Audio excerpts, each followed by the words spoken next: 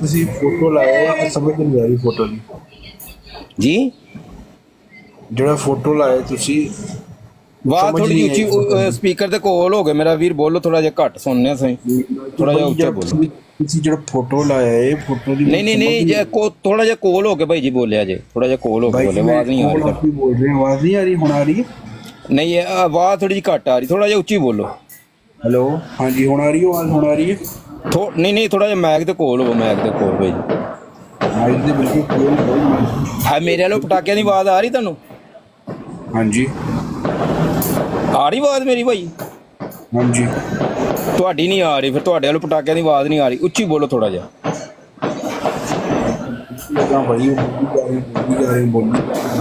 ਭਾਈ ਜੀ ਤੁਹਾਡੀ ਆਵਾਜ਼ ਘੱਟ ਆ ਰਹੀ ਉੱਚੀ ਬੋਲੋ ਥੋੜਾ ਜਿਹਾ ਨਹੀਂ ਭਾਈ ਜੀ ਗੁੱਸਾ ਕੀ ਕਹਿ ਰਹੇ ਨੇ ਭਾਈ ਜੀ ਸਹੀ ਕਹਿ ਰਹੇ ਤੁਹਾਨੂੰ ਮੇਰੇ ਵੱਲੋਂ ਪਟਾਕਿਆਂ ਦੀ ਆਵਾਜ਼ ਆ ਰਹੀ ਤੁਹਾਨੂੰ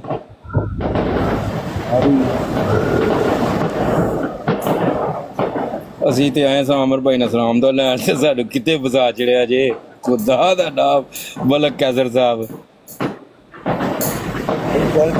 ਗਿੱਲ ਸਾਹਿਬ ਦੱਸੋ ਕੀ ਚਾਹੀਦਾ ਜੇ ਥੋੜੀ ਜਿਹੀ ਆਵਾਜ਼ ਆਈ ਹੈ ਤੁਹਾਡੀ ਗੱਲ ਕਰਨ ਬੱਚੇ ਸ਼ੁਗਰ ਲਾਣ ਬੈਠੇ ਦੱਸੋ ਅੱਛਾ ਇੱਕ ਮਿੰਟ ਮਾਈਕ ਮਿਊਟ ਕਰੇ ਜੀ ਉਹ ਇੱਕ ਮਿੰਟ ਮਾਈਕ ਮਿਊਟ ਕਰੇ ਜਰਾ ਹਾਂਜੀ ਗਿੱਲ ਸਾਹਿਬ ਮੈਂ ਕਿਹਾ ਬਾਈ ਗੱਲ ਕਰਨ ਬੈਠੇ ਹੋ ਸ਼ੁਗਰ ਲਾਉਣ ਬੈਠੇ ਹੋਏ ਦੱਸੋ ਗਿੱਲ ਸਾਹਿਬ ਤੁਸੀਂ ਕਿੱਥੋਂ ਦੇ ਹੋ ਤੁਸੀਂ ਫੈਸਲਾਬਾਦ ਦੇ ਹੋ ਪਹਿਲਾਂ ਇਹ ਦੱਸ ਹਾਂ ਤੇ ਸਾਡੀ ਬਰੋਡ ਕਿਧਰੇ ਫਾਰ ਯੂ ਫੈਸਲਾਬਾਦ ਤੇ ਨਹੀਂ ਟੁਰੋਗੀ ਪਹਿਲਾਂ ਤਿਆਰ ਏਦਾਂ ਹੀ ਲੱਗਦਾ ਵਾ ਚਲੋ ਹੁਕਮ ਕਰੋ ਜਨਾਬ ਕੀ ਚਾਹੁੰਦੇ ਹੋ ਕੁਛ ਨਹੀਂ ਬਾਈ ਜਿਹੜਾ ਫੋਟੋ ਲਾਇਆ ਮੈਂ ਇਸੇ ਬਾਰੇ ਗੱਲ ਕਰਨ ਆਇਆ ਸੀ ਕਿ ਤੁਸੀਂ ਇਜਾਜ਼ਤ ਦਿਓ ਤੇ ਤੁਸੀਂ ਕੀ ਜਾਣਦੇ ਹੋ ਫੋਟੋ ਦੇ ਨਾਲ ਜਿਹੜੀ ਤਹਿਰੀਰ ਲੱਗੀ ਹੈ ਪਹਿਲਾਂ ਪੜ੍ਹ ਲਵੋ ਨਾ ਜ਼ਰਾ ਤਹਿਰੀਰ ਜਿਹੜੀ ਨਾ ਤਹਿਰੀਰ ਪੜ੍ਹ ਕੇ ਸੁਣਾਓ ਜ਼ਰਾ ਉੱਚੀ ਆਵਾਜ਼ ਥੋੜੀ ਜਿਹੀ ਮੈਂ ਮਿਊਟ ਲਾਣਾ ਬਾਈ ਗਿੱਲ ਸਾਹਿਬ ਪੜ੍ਹਿਆ ਜੀ ਤੁਹਾਡੀ ਹਿਦਾਇਤ ਤੇ ਮੈਂ ਨਹੀਂ ਕਰ ਸਕਦਾ ਅਮਲ ਕਰ ਸਕਦਾ ਬਾਈ ਤੁਸੀਂ ਇੰਸਟਰਕਸ਼ਨਸ ਨਹੀਂ ਦਿਓ ਨਹੀਂ ਸਰ ਮੈਂ ਕਹਿੰਦਾ ਤਹਿਰੀਰ ਜਿਹੜੀ ਲਿਖੀ ਹੈ ਨਾ ਤਹਿਰੀਰ ਉਰਦੂ ਚ ਉਹ ਪੜ੍ਹਿਆ ਜੇ ਪਹਿਲਾਂ ਮੈਂ ਤੁਹਾਨੂੰ ਕਿਉਂ ਪੜ੍ਹ ਕੇ ਦਿਖਾਵਾਂ ਬਾਈ ਦੇਖੋ ਫਿਰ ਭਾਈ ਤੁਹਾਡੇ ਨਾਲ ਗੱਲ ਕੀ ਕਰਨੀ ਹੈ ਜੇ ਤੁਸੀਂ ਪੜ੍ਹੇ ਲਿਖੇ ਨਹੀਂ ਆਏ ਤੇ ਦੱਸੋ ਨਾ ਮੈਨੂੰ ਨਾਲ ਗੱਲ ਕਰੋ ਭਾई ਰਿਸਪੈक्ट हैगी नहीं हैगी थोड़ी सी please respect sir Gill Sahib मैं आपसे गुजारिश कर रहा हूँ जो तहरीर लिखी हुई है ना उर्दू में वो थोड़ा सा पढ़ के सुना दें फिर आपसे बात करते हैं नहीं उससे मैं पढ़ के सुना दूंगा तो उससे क्या हो जाएगा फिर हम आपसे बात कर लेंगे ना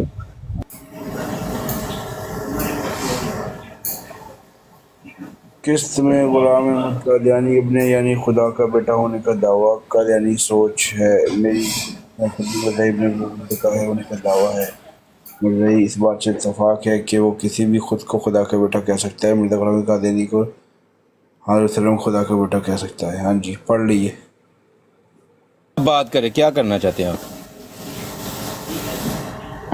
मैं पंजाबी च गल करनी भाई मैंने नहीं उर्दू जी आप पंजाबी में बात करें भाई मैं उर्दू में बात करूँगा क्योंकि मुझे पंजाबी थोड़ी घट आती है तो इसलिए और बात करें आप ਤੇ ਬਈ ਇਹ ਤੁਸੀਂ ਜਿਹੜਾ ਇਹ ਫੋਟੋ ਲਾਇਆ ਹੋਇਆ ਹੈ ਇਹਦਾ ਕੀ ਇਸ ਬਾਰੇ ਕੀ ਮੁੱਦਾ ਹੈ ਕੀ ਤੁਸੀਂ ਤੁਹਾਡੇ ਵਿਚਾਰ ਨੇ ਕੀ ਪ੍ਰਚਾਰ ਕਰ ਰਹੇ ਹੋ ਤੁਸੀਂ ਹੈਗੀ सर मादरत से आप कहीं वो समुद्री रोड से तो नहीं है पहले ये बता दें क्योंकि पहले भी एक दोस्त आया है वो बोलता है मैं समुद्री रोड से हूँ आप तो नहीं है कहीं वहीं से नहीं भाई नहीं जी समुद्री रोड से वहीं से नहीं अच्छा चलिए ठीक है आपका सवाल क्या है भाई ये बताएं पहले भाई मैं यही पूछ रहा हूँ ये जरा फोटो लाए ये की मुद्दा है जो तहरीर साथ में लिखी हुई है आपने उसको उससे क्या नतीजा निकाला है क्या हमने लिखा सारे तो पहले भाई मैं अपना एक तारुफ करवाना चाहूँगा जी कराएं जी कादियानी नहीं हाँ ठीक है मैं सुन्नी मुस्लिम हाँ ठीक है भाई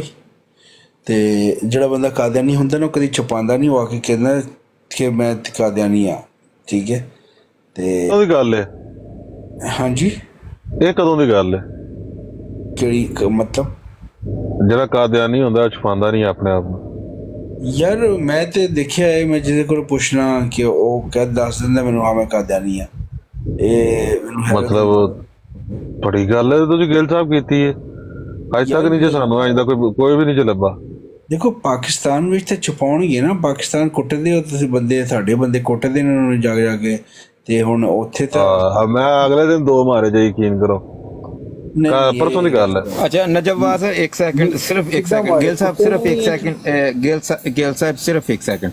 आमर भाई अस्सलाम वालेकुम रहमतुल्लाह। वालेकुम सलाम रहमतुल्लाह। मुस्तफा भाई मैं सुनना पे मैं सर ਤੁਹਾਨੂੰ 4 ਦਿਨ ਤੋਂ ਨਾ ਆਪਣਾ ਇਸਲਾਮ ਦਾ ਪੇਜ ਕਰਨ ਦੇ ਚੱਕਰਾਂ 'ਚ ਸਾਂ, ਮਗਰ ਮੈਨੂੰ ਬਿਲਕੁਲ ਟਾਈਮ ਨਹੀਂ ਸੀ ਲੱਭ ਰਿਹਾ। ਤੇ ਬਹੁਤ ਸ਼ੁਕਰੀਆ, ਬਹੁਤ ਮਿਹਰਬਾਨੀ, ਜਜ਼ਾਕੱਲਾ। ਦੁਆਵਾਂ ਜੀ ਯਾਦ ਰੱਖਿਆ ਜੇ ਤੇ ਮੈਂ ਨੀਚੇ ਬੈਠ ਕੇ ਸੁਣਦਾ। ਗਿੱਲ ਸਾਹਿਬ ਮੈਂ ਕਰਨਾ ਅਮਰ ਭਾਈ ਕਲੋਜ, ਤੇ ਮੈਂ ਕੱਲ 2 ਮਾਰੇ ਨੇ, ਮੈਨੂੰ ਉਹਨਾਂ ਦਾ ਦੱਸਿਆ ਸੀ ਪਾਕਿਸਤਾਨ ਕੁੱਟਦੇ ਸੁਣਾਇਆ ਕਰੋਗੇ। ਨਹੀਂ ਤੇ ਬਾਈ ਤੁਸੀਂ ਕਿੱਦਾਂ ਪਾਕਿਸਤਾਨ ਮਾਰੇ ਨੇ ਜਾਂ ਬਾਹਰ ਮਾਰੇ ਨੇ? ਨਹੀਂ ਮੈਂ ਫੜ ਕੇ ਕੁੱਟੇ ਨੇ ਗਿੱਲ ਸਾਹਿਬ, ਮੈਨੂੰ ਬਾਹਰ ਲਟਕ ਉਹ ਪਾਕਿਸਤਾਨ ਯਾਰ। ਮੈਂ ਇਸ ਟਾਈਮ ਯਕੀਨ ਕਰ ਰਿਹਾ ਕਬਰਸਤਾਨ ਦੇ ਲਾਗੇ ਖਲੋਤਾ।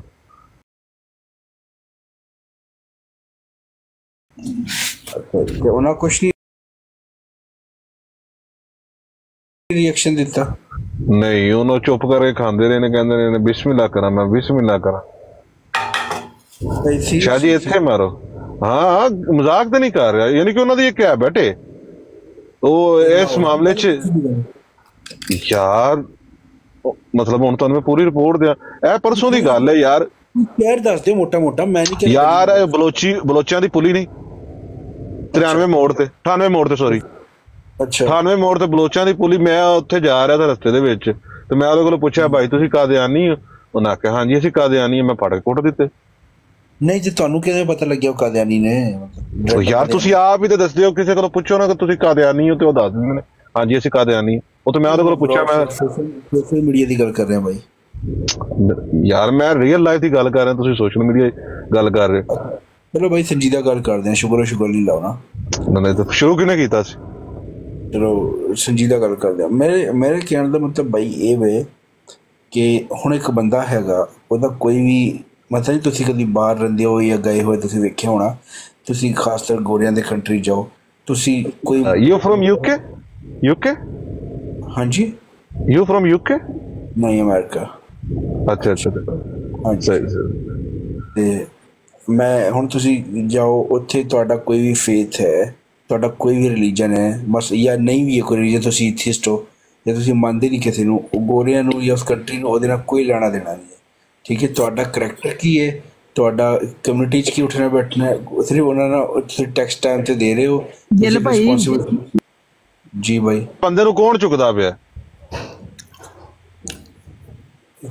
ਗਿੱਲ ਭਾਈ ਬੋਲੋ ਤੁਸੀਂ, ਮੈਂ ਤੁਹਾਡੀ ਗੱਲ ਸੁਣ ਰਿਹਾ ਸਾਂ। ਅੱਛਾ ਤੁਹਾਡਾ ਉਹਦੇ ਨਾਲ ਰਿਸਪੌਂਸੀਬਲ ਕਿ ਤੁਸੀਂ ਕੋਈ ਕ੍ਰਾਈਮ 'ਚ ਇਨਵੋਲਵ ਨਹੀਂ ਹੋ, ਤੁਸੀਂ ਕਮਿਊਨਿਟੀ ਦੇ ਨਾਲ ਪੋਜ਼ੀਟਿਵ ਬੰਦੇ ਹੋ।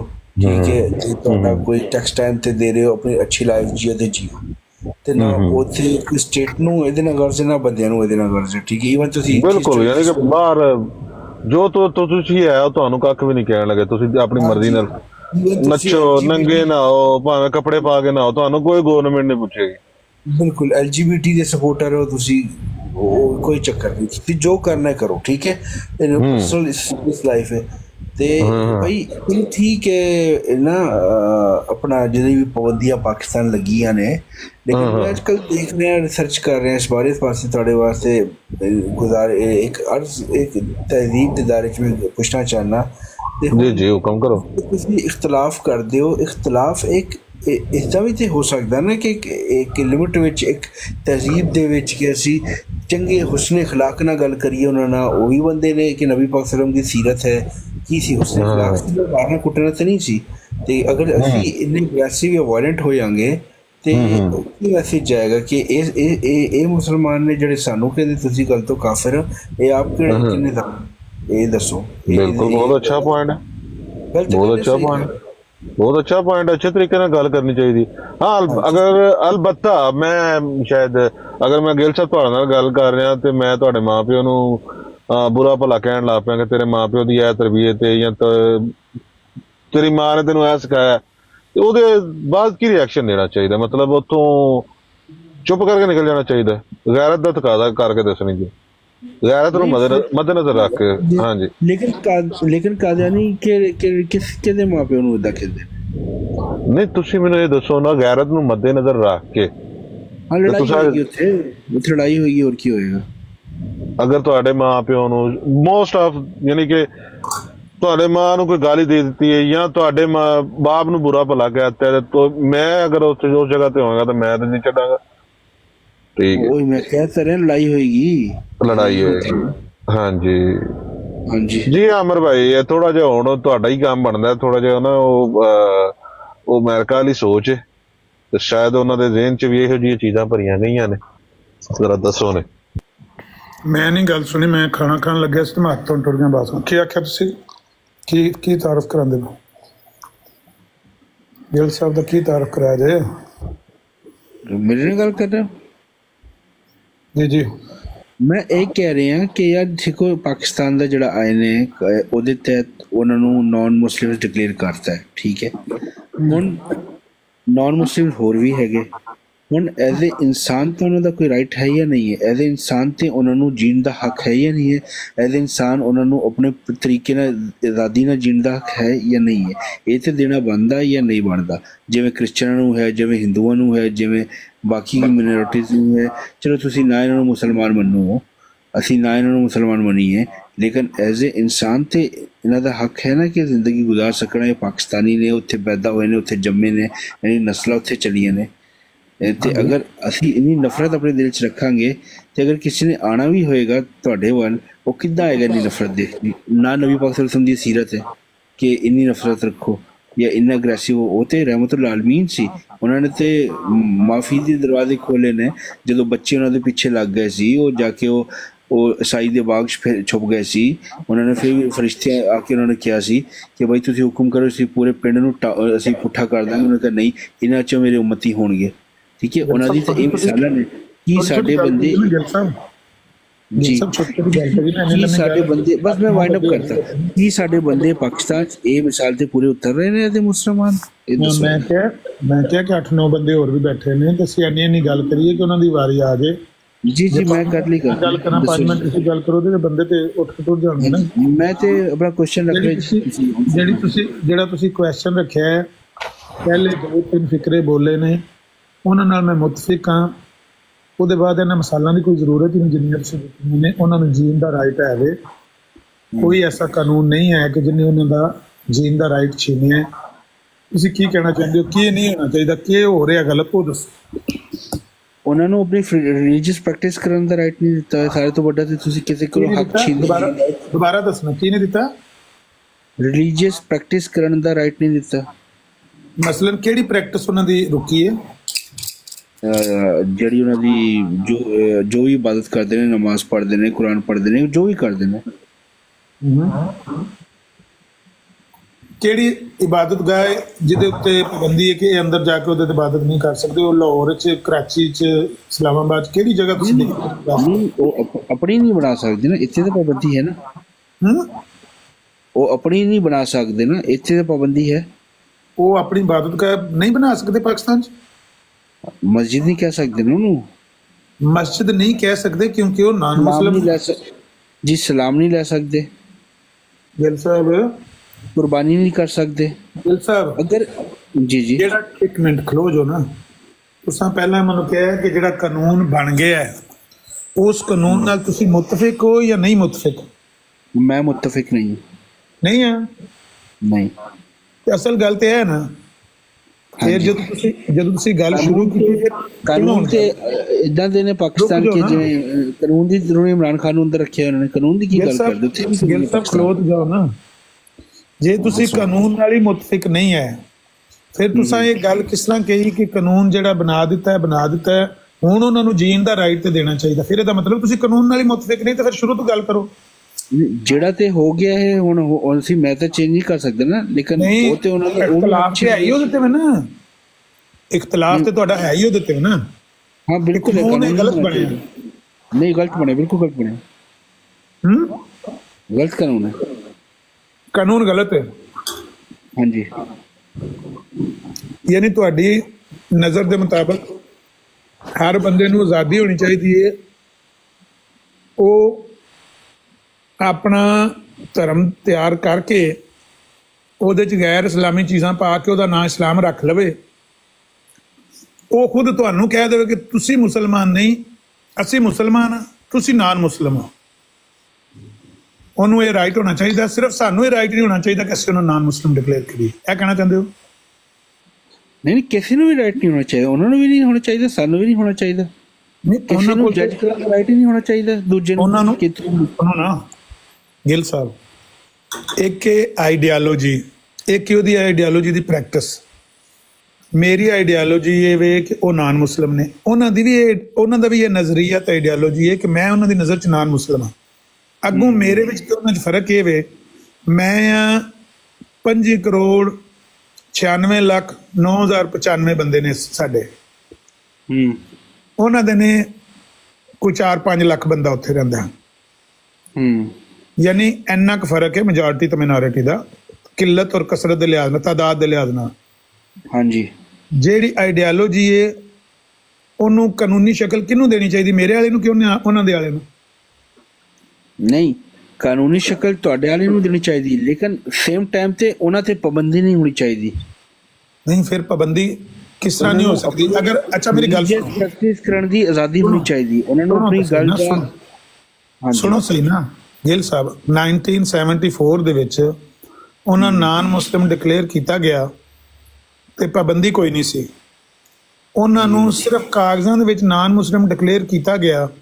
ਉਹਨਾਂ ਨੇ ਇਬਾਦਤ ਗਾਹਾਂ ਦੇ ਉੱਤੇ ਕਲਮਾ ਲਿਖਿਆ, ਉਹ ਜ਼ਾਨਾ ਦਿੰਦੇ ਸੀ, ਉੱਥੋਂ ਜੁਮੇ ਦਾ ਆਉਂਦੇ ਸੀ, ਖੁਤਬਾ ਹੋਣ ਲੱਗਾ, ਆ ਜਾਓ ਸੁਣ ਲਓ। ਉਹਨਾਂ ਨੂੰ ਕਾਗਜ਼ਾਂ ਦੇ ਵਿੱਚ ਨਾਨ ਮੁਸਲਿਮ ਡਿਕਲੇਅਰ ਕਰਨ ਦਾ ਸਾਨੂੰ ਫਾਇਦਾ ਕੀ ਹੋਇਆ? ਸਰ ਉਹ ਕੀ ਉਹਨਾਂ ਦੇ ਤੁਹਾਨੂੰ ਕਾਹਦਾ ਮਤਲਬ ਕਿ ਡਰ ਹੈ ਕਿ ਉਹਨਾਂ ਨੂੰ ਲੋਕੀ ਸੁਣ ਲੈਣਗੇ ਤੇ ਉਹਨਾਂ ਦੇ ਵਲਦੇ ਹੋ ਜਾਣਗੇ? ਕੀ ਚੱਕਰ? ਫਿਰ ਮੈਂ ਤੇ ਉਹੀ ਪਿਆਰ ਕਹਾਂ, ਮੈਂ ਪਹਿਲਾਂ ਤੁਹਾਨੂੰ ਪੁੱਛਿਆ ਕਿ ਨਾਨ ਮੁਸਲਿਮ ਉਹ ਮੈਨੂੰ ਡਿਕਲੇਅਰ ਕਰ ਸਕਦੇ ਨੇ, ਮੈਂ ਉਹਨਾਂ ਨੂੰ ਨਹੀਂ ਕਰ ਸਕਦਾ, ਤੁਹਾਡਾ ਇਹ ਕਹਿਣਾ ਹੈ? ਨਹੀਂ, ਉਹ ਵੀ ਨਹੀਂ ਕਰ ਸਕਦੀ, ਰਿਆਸਤ ਨਹੀਂ ਕਰ ਸਕਦੀ। ਤੁਸੀਂ ਜ਼ਾਤੀ ਤੌਰ ਤੇ ਕਰੋ, ਉਹ ਵੀ ਤੁਹਾਨੂੰ ਜ਼ਾਤੀ ਤੌਰ ਤੇ ਕਰੇ। ਇਹ ਸਟੇਟ ਦਾ ਕੰਮ ਨਹੀਂ ਕਿ ਸਟੇਟ ਕਿਸੇ ਨੂੰ ਕਹੇ ਤੂੰ ਮੁਸਲਮਾਨ ਹੈ, ਤੂੰ ਮੁਸਲਮਾਨ ਨਹੀਂ ਹੈ। ਸਟੇਟ ਰਿਆਸਤ ਦੀ ਮਾਂ ਹੈ, ਰਿਆਸਤ ਦੀ ਮਤਲਬ ਵਿੱਚ ਹਰ ਸ਼ਹਿਰੀ ਪਾਕਿਸਤਾਨੀ ਹੈ। ਗਿੱਲ ਸਾਹਿਬ, ਰਿਆਸਤ ਕਿਹਨਾਂ ਦੀ ਹੁੰਦੀ ਹੈ? ਰਿਆਸਤ ਕਿਹਨਾਂ ਵਾਸਤੇ ਬਣੀ ਹੈ ਤੇ ਕਿਹਨਾਂ ਦੀ ਹੈ? ਪਾਕਿਸਤਾਨ ਵਾਸਤੇ ਬਣੀ ਤੇ ਹਰ ਪਾਕਿਸਤਾਨੀ ਦੀ ਹੈ। ਉਹਦਾ ਕੋਈ ਵੀ ਮਜ਼ਹਬ ਮਸਲਾ ਕੋਈ, ਹਰ ਪਾਕਿਸਤਾਨੀ ਦੀ ਮਾਂ ਹੈ ਰਿਆਸਤ। ਪਾਕਿਸਤਾਨੀਆਂ 'ਚ ਅਗਰ ਇਖਤਲਾਫ ਹੋਵੇ, 999 ਪਾਕਿਸਤਾਨੀ ਇੱਕ ਪਾਸੇ ਹੋਣ ਤੇ ਇੱਕ ਪਾਕਿਸਤਾਨੀ ਇੱਕ ਪਾਸੇ ਹੋਵੇ, ਤੇ ਉਹਨਾਂ ਦੇ ਦੋਵਾਂ ਦੇ ਮੁਤਸਾਦਮ ਨਜ਼ਰੀਆਤ, ਉਹ 999 ਕਹਿਣ ਤੂੰ ਕਾਫਰ ਹੈ, ਉਹ ਕੱਲਾ ਕਵੇ ਤੂੰ ਕਾਫਰ ਹੈ, ਉਹ ਕਵੇ ਤੂੰ ਮੁਸਲਮਾਨ ਨਹੀਂ, ਉਹ ਕਵੇ ਤੂੰ ਮੁਸਲਮਾਨ ਨਹੀਂ। ਬਹੁਤ ਖੂਬਸੂਰਤ ਤੁਸੀਂ ਗੱਲ ਕੀਤੀ ਹੈ ਤੇ ਇਹਦਾ ਇੱਕ ਆਨਸਰ ਇਹ ਕਿ ਮੁਹੱਜ਼ਮ ਮੁਆਸ਼ਰੇ 'ਚ ਇਸ ਗੱਲ ਤੇ ਰੈਫਰੈਂਡਮ ਕਰਾਏ ਜਾਂਦੇ ਨੇ। ਤੁਸੀਂ ਕਿਹੜਾ ਰੈਫਰੈਂਡਮ ਕਰਾਇਆ ਇਹ ਲਾਅ ਲਾਉਣ ਤੋਂ ਪਹਿਲਾਂ? ਤੁਸੀਂ ਲੋਕਾਂ ਕੋਲ ਰਾਏ ਪੁੱਛੀ ਹੈ ਜਾਂ 4 ਮੌਲਵੀਆਂ ਕੋਲ ਰਾਏ ਪੁੱਛੀ ਹੈ? ਇਹ ਦੱਸੋ, ਕਿਸ ਕੰਟਰੀ ਵਿੱਚ ਰੈਫਰੈਂਡਮ ਨਹੀਂ ਹੁੰਦਾ? ਹਰ ਕੰਟਰੀ ਵਿੱਚ ਇਦਾਂ ਦੀ ਕੰਟਰੋਵਰਸ਼ੀਅਲ ਇਸ਼ੂਜ਼ ਰੈਫਰੈਂਡਮ ਕਰਾਏ ਜਾਂਦੇ ਨੇ, ਇਹਨੂੰ ਕਹਿੰਦੇ ਡੈਮੋਕ੍ਰੇਸੀ। ਠੀਕ ਹੈ, ਠੀਕ ਹੈ। ਤੁਸੀਂ ਰੈਫਰੈਂਡਮ ਕਰਾਇਆ, ਮੈਜੋਰਟੀ ਅਗਰ ਇਹਦੇ ਹੱਕ 'ਚ ਵੋਟ ਦੇਗੀ ਤਾਂ ਠੀਕ ਹੈ, ਆਮ ਹੈਪੀ। ਮੈਂ ਕਹਾਂਗਾ ਯਾਰ ਤੁਸੀਂ ਬਿਲਕੁਲ ਵਧੀਆ ਕੰਮ ਕੀਤਾ। ਲੇਕਿਨ ਹਾਂਜੀ ਗਿੱਲ ਸਾਹਿਬ ਸੁਣ ਲਓ ਨਾ, ਜਿਹੜੀ ਪਾਰਲੀਮੈਂਟਰੀ ਸਿਸਟਮ ਹੁੰਦਾ ਹੈ ਉਹਦੇ 'ਚ 2 ਤਰਜ਼ ਹੁੰਦੀਆਂ, ਇੱਕ ਸਦਾਰਤੀ ਨਿਜ਼ਾਮ ਤੇ ਇੱਕ ਦੂਜਾ ਇਹ ਜਿਹੜਾ ਰੈਫਰੈਂਡਮ ਦਾ ਕੋਈ ਤਾਲੁਕ ਨਹੀਂ ਕਿਸੇ ਨਿਜ਼ਾਮ ਨਾਲ ਸਰ। ਮੈਨੂੰ ਇੱਕ ਮਿੰਟ ਗਲਤ ਕਰ ਲੈਂਦਾ ਨਾ, ਹਰ ਨਿਜ਼ਾਮ 'ਚ ਹੋ ਜਾਂਦਾ। ਜਿਹੜਾ ਰੈਫਰੈਂਡਮ ਹੈ ਉਹਦੇ 'ਚ ਵੀ ਆਵਾਮ ਦੀ ਰਾਏ ਹੁੰਦੀ ਹੈ ਨਾ। ਜਿਹੜੀ ਜਮਹੂਰੀਅਤ ਹੈ ਜਿਹਦੇ 'ਚ ਅਸੈਂਬਲੀ ਔਰ ਸੈਨੇਟ ਵਗੈਰਾ ਦਾ ਸਿਸਟਮ ਹੁੰਦਾ ਹੈ, ਇਹਦੇ 'ਚ ਵੀ ਇਹ ਆਵਾਮ ਦੇ ਨੁਮਾਇੰਦੇ ਨੇ। ਮੈਂ 1 ਲੱਖ ਬੰਦੇ ਨਾਲ ਰਲ ਕੇ ਤੇ ਆਪਣਾ ਇੱਕ ਨੁਮਾਇੰਦਾ ਚੁਣਿਆ, ਤੁਸੀਂ ਵੀ 1 ਲੱਖ ਬੰਦੇ ਨਾਲ ਰਲ ਕੇ ਇੱਕ ਨੁਮਾਇੰਦਾ ਚੁਣਿਆ, ਲੱਖ ਬੰਦੇ ਦਾ ਇੱਕ ਨੁਮਾਇੰਦਾ ਹੋ ਗਿਆ। ਉਹ ਜਦੋਂ ਅਸੈਂਬਲੀ ਦੇ ਵਿੱਚ ਜਾ ਕੇ ਗਿੱਲ ਸਾਹਿਬ ਜਦੋਂ ਉਹ ਕੋਈ ਫੈਸਲਾ ਕਰਦਾ ਹੈ, ਉਹ ਮੇਰੀ ਵੀ ਰਾਏ ਤੁਹਾਡੀ ਵੀ ਰਾਏ ਵੇ। ਨਹੀਂ ਐਸੀ ਇਦਾਂ ਦੀ ਗੱਲ ਨਹੀਂ ਹੈ। ਜਦੋਂ ਦੇਖੋ ਹੁਣ ਮੈਂ ਕਾਨੂੰਨ ਦੱਸਦਾ ਤੁਹਾਨੂੰ, ਆਇਨ ਦੱਸਦਾ, ਠੀਕ ਹੈ? ਮੇਰੀ ਗੱਲ ਸੁਣਿਓ ਪਲੀਜ਼। ਜਦੋਂ ਪਬਲਿਕ ਇਫੈਕਟ ਹੁੰਦੀ ਹੈ ਜਾਂ ਪਬਲਿਕ ਬੈਨੀਫਿਟ ਦੀ ਗੱਲ ਹੁੰਦੀ ਹੈ ਜਾਂ ਇੱਦਾਂ ਦੇ ਜਿਹੜੇ ਬਰਾਹ ਰਾਸਤ ਇੱਕ ਆਮ ਸ਼ਹਿਰੀ 'ਤੇ ਇਫੈਕਟ ਹੁੰਦਾ ਹੈ, ਅਤੇ ਉਹਦਾ ਪਾਰਲੀਮੈਂਟਸ ਨੂੰ according to the Pakistani law, according to the British law, according to every democratic law, ਉਹਦੇ ਵਿੱਚ ਕਿਸੇ ਸੈਨੇਟਰ ਨੂੰ, ਕਿਸੇ ਮੈਂਬਰ ਆਫ ਪਾਰਲੀਮੈਂਟ ਨੂੰ ਰਾਈਟ ਨਹੀਂ ਹੈ ਕਿ ਉਹ 1 ਸਾਈਡ ਬਿੱਲ ਪਾਸ ਕਰਕੇ ਕਿਸੇ ਨੂੰ ਕੁਛ ਆਰਡਰ ਜਾਰੀ ਕਰਦੇ ਜਾਂ ਡਿਕਲੇਅਰ ਕਰਦੇ ਅੰਟਿਲ ਅਨਲੈਸ ਉੱਥੇ ਡਿਕਟੇਟਰਸ਼ਿਪ ਹੋਏ, ਰਸ਼ੀਆ ਵਰਗੀ, ਕੋਰੀਆ ਵਰਗੀ ਜਾਂ ਚਾਈਨਾ ਵਰਗੀ। ਕਿਸੇ ਇੱਕ ਮੈਂਬਰ ਨੂੰ ਰਾਈਟ ਨਹੀਂ ਹੈ, ਲੇਕਿਨ 300 ਮੈਂਬਰ ਨੇ ਪਾਰਲੀਮੈਂਟ ਦੇ ਵਿੱਚ ਬੈਠੇ। ਕਿਸੇ 300 ਨੂੰ ਵੀ ਰਾਈਟ ਨਹੀਂ sir. You can take out the constitution. ਅਗਰ ਉਹਨਾਂ 300 ਨੂੰ ਰਾਈਟ ਨਹੀਂ ਕੋਈ ਫੈਸਲਾ ਕਰਨ ਦਾ ਤੇ ਉਹਨਾਂ ਚੁਣਿਆ ਕਦੇ ਲਈ ਅਸਾਂ? ਉਹ ਸਰ ਜੀ ਉਹਨਾਂ ਨੂੰ ਰਾਈਟ ਹੈ ਫੈਸਲਾ ਕਰਨ ਦਾ, ਲੇਕਿਨ ਪਬਲਿਕ ਜਿਹੜੇ ਇਹ ਪਬਲਿਕ ਇਫੈਕਟ ਕਰਦੇ ਨੇ ਫੈਸਲੇ, ਉਹਦਾ ਫੈਸਲਾ ਕਰਨ ਦਾ ਰਾਈਟ ਸਿਰਫ ਪਬਲਿਕ ਨੂੰ ਹੈਗੇ।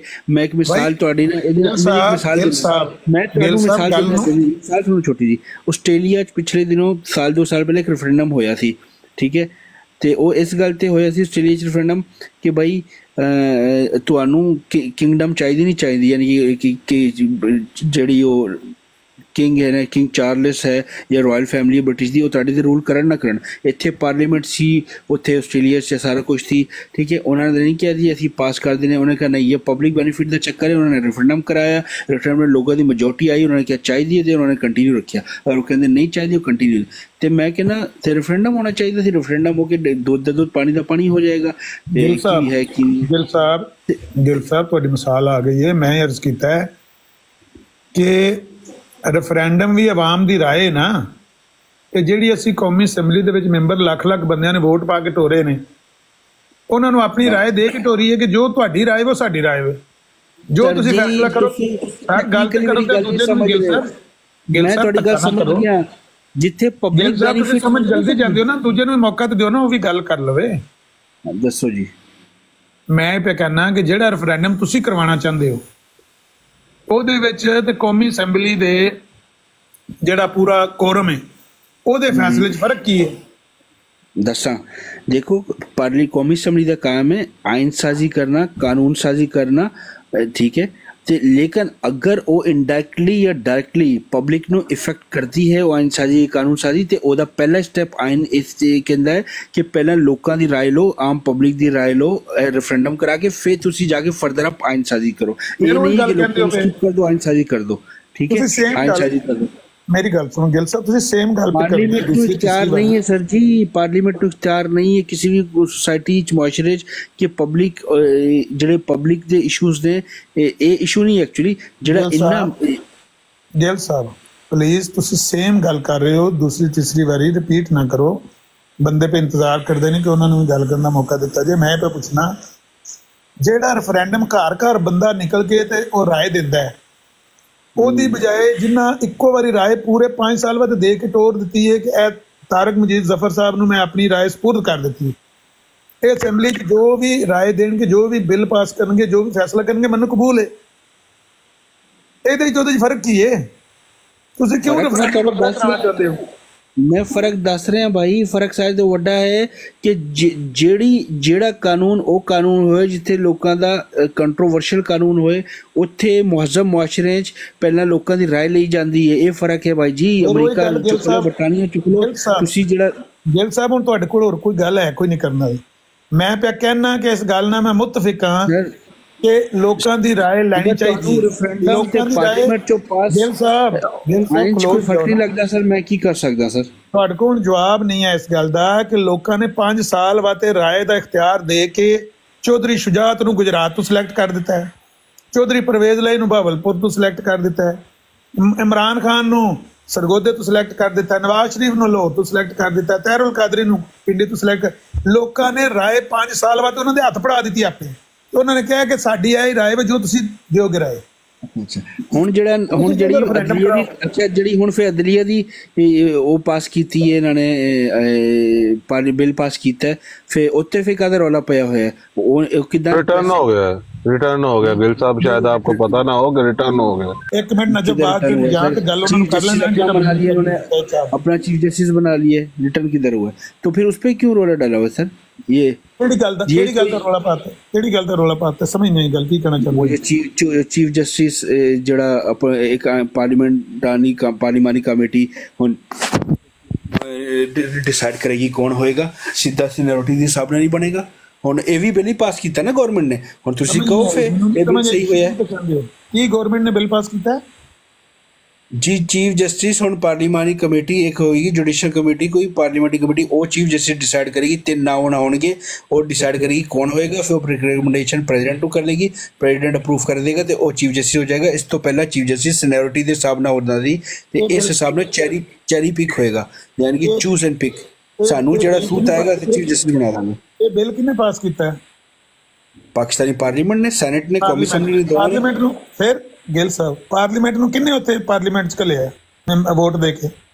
تو یہ غلط ہے نا بھائی جی, یہ تسی لوٹے لے کے پیسے دے کے پریشرائز میری گل سنو نا, میری گل سنو گل صاحب. السلام علیکم, میں واپس آ گیا, میں صرف دسنا سی بس. ٹھیک ہے, جے تانوں وہ طریقہ پسند نہیں تے پھر آکھو میں جمہوری سسٹم دے خلاف ہاں. اور سر جی یہ جمہوریت ہے گئی نہیں سر جی, you need to educate yourself. بہت اچھی. ਤੁਹਾਡੇ ਕੋਲ you need to educate yourself sir. Sorry for that sir, ਮੈਂ words ਕਹਾਂਗਾ.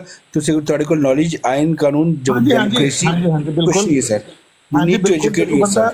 ਜਦੋਂ ਬੰਦਾ ਸਰ ਇੱਥੇ ਆ ਕੇ ਫਸ ਜਾਂਦਾ ਤੇ ਬੜੇ ਬੜੇ ਬੰਦੇ ਅਸੀਂ ਵੇਖੇ ਨੇ ਇਹੀ ਕਹਿੰਦੇ ਨੇ ਕਿ ਤੁਹਾਡੇ ਕੋਲ ਨੌਲੇਜ ਹੈ ਨਹੀਂ. ਕਿੰਨਾ ਜਨਾਬ ਦਾ ਨੌਲੇਜ, ਥੋੜਾ ਕੰਪੇਅਰ ਨਾ ਕਰ ਲਈਏ ਕਿੰਨੀ ਤਾਲੀਮ ਹੈ ਜਨਾਬ ਦੀ. ਸਰ ਬਿਸਮਿਲ੍ਲਾ ਕਰੋ ਸਰ, ਤੁਹਾਨੂੰ ਤੁਸੀਂ ਦੋ ਡਿਫਰੈਂਟ ਚੀਜ਼ਾਂ ਨੂੰ ਮਿਲਾ ਰਹੇ ਹੋ. ਤੁਸੀਂ ਪਬਲਿਕ ਦੱਸੋ, ਥੋੜਾ ਤਾਰਫ ਕਰਾਓ ਆਪਣਾ, ਕੀ ਤਾਲੀਮ ਹੈ ਤੁਹਾਡੀ ਜੀ? ਕੀ ਕਹਿ ਰਹੇ ਹੋ? ਮੈਂ ਕਿਹਾ ਕੀ ਐਜੂਕੇਸ਼ਨ ਹੈ ਜਨਾਬ ਦੀ ਪਾਕਿਸਤਾਨ ਤੋਂ? ਮੈਂ ਪਾਕਿਸਤਾਨ ਤੋਂ ਨਹੀਂ ਪੜ੍ਹਿਆ ਜੀ, ਮੈਂ ਬਾਹਰੋਂ ਪੜ੍ਹਿਆ. ਬਾਹਰ ਕਿਹੜੇ ਮੁਲਕ ਪੜ੍ਹੇ ਹੋ? ਮੈਂ US ਪੜ੍ਹਿਆ. ਕੀ ਪੜ੍ਹਿਆ ਜੇ ਉੱਥੇ, ਕਿਹੜਾ ਕੋਰਸ ਕੀਤਾ ਜੇ, ਕਿਹੜੀ ਡਿਗਰੀ ਲਈ ਜੇ? ਮੈਂ ਜਰਨਲਿਜ਼ਮ ਪੜ੍ਹਿਆ. ਹੈਂ? ਇੰਟਰਨੈਸ਼ਨਲ ਰਿਲੇਸ਼ਨਸ ਤੇ ਜਰਨਲਿਜ਼ਮ.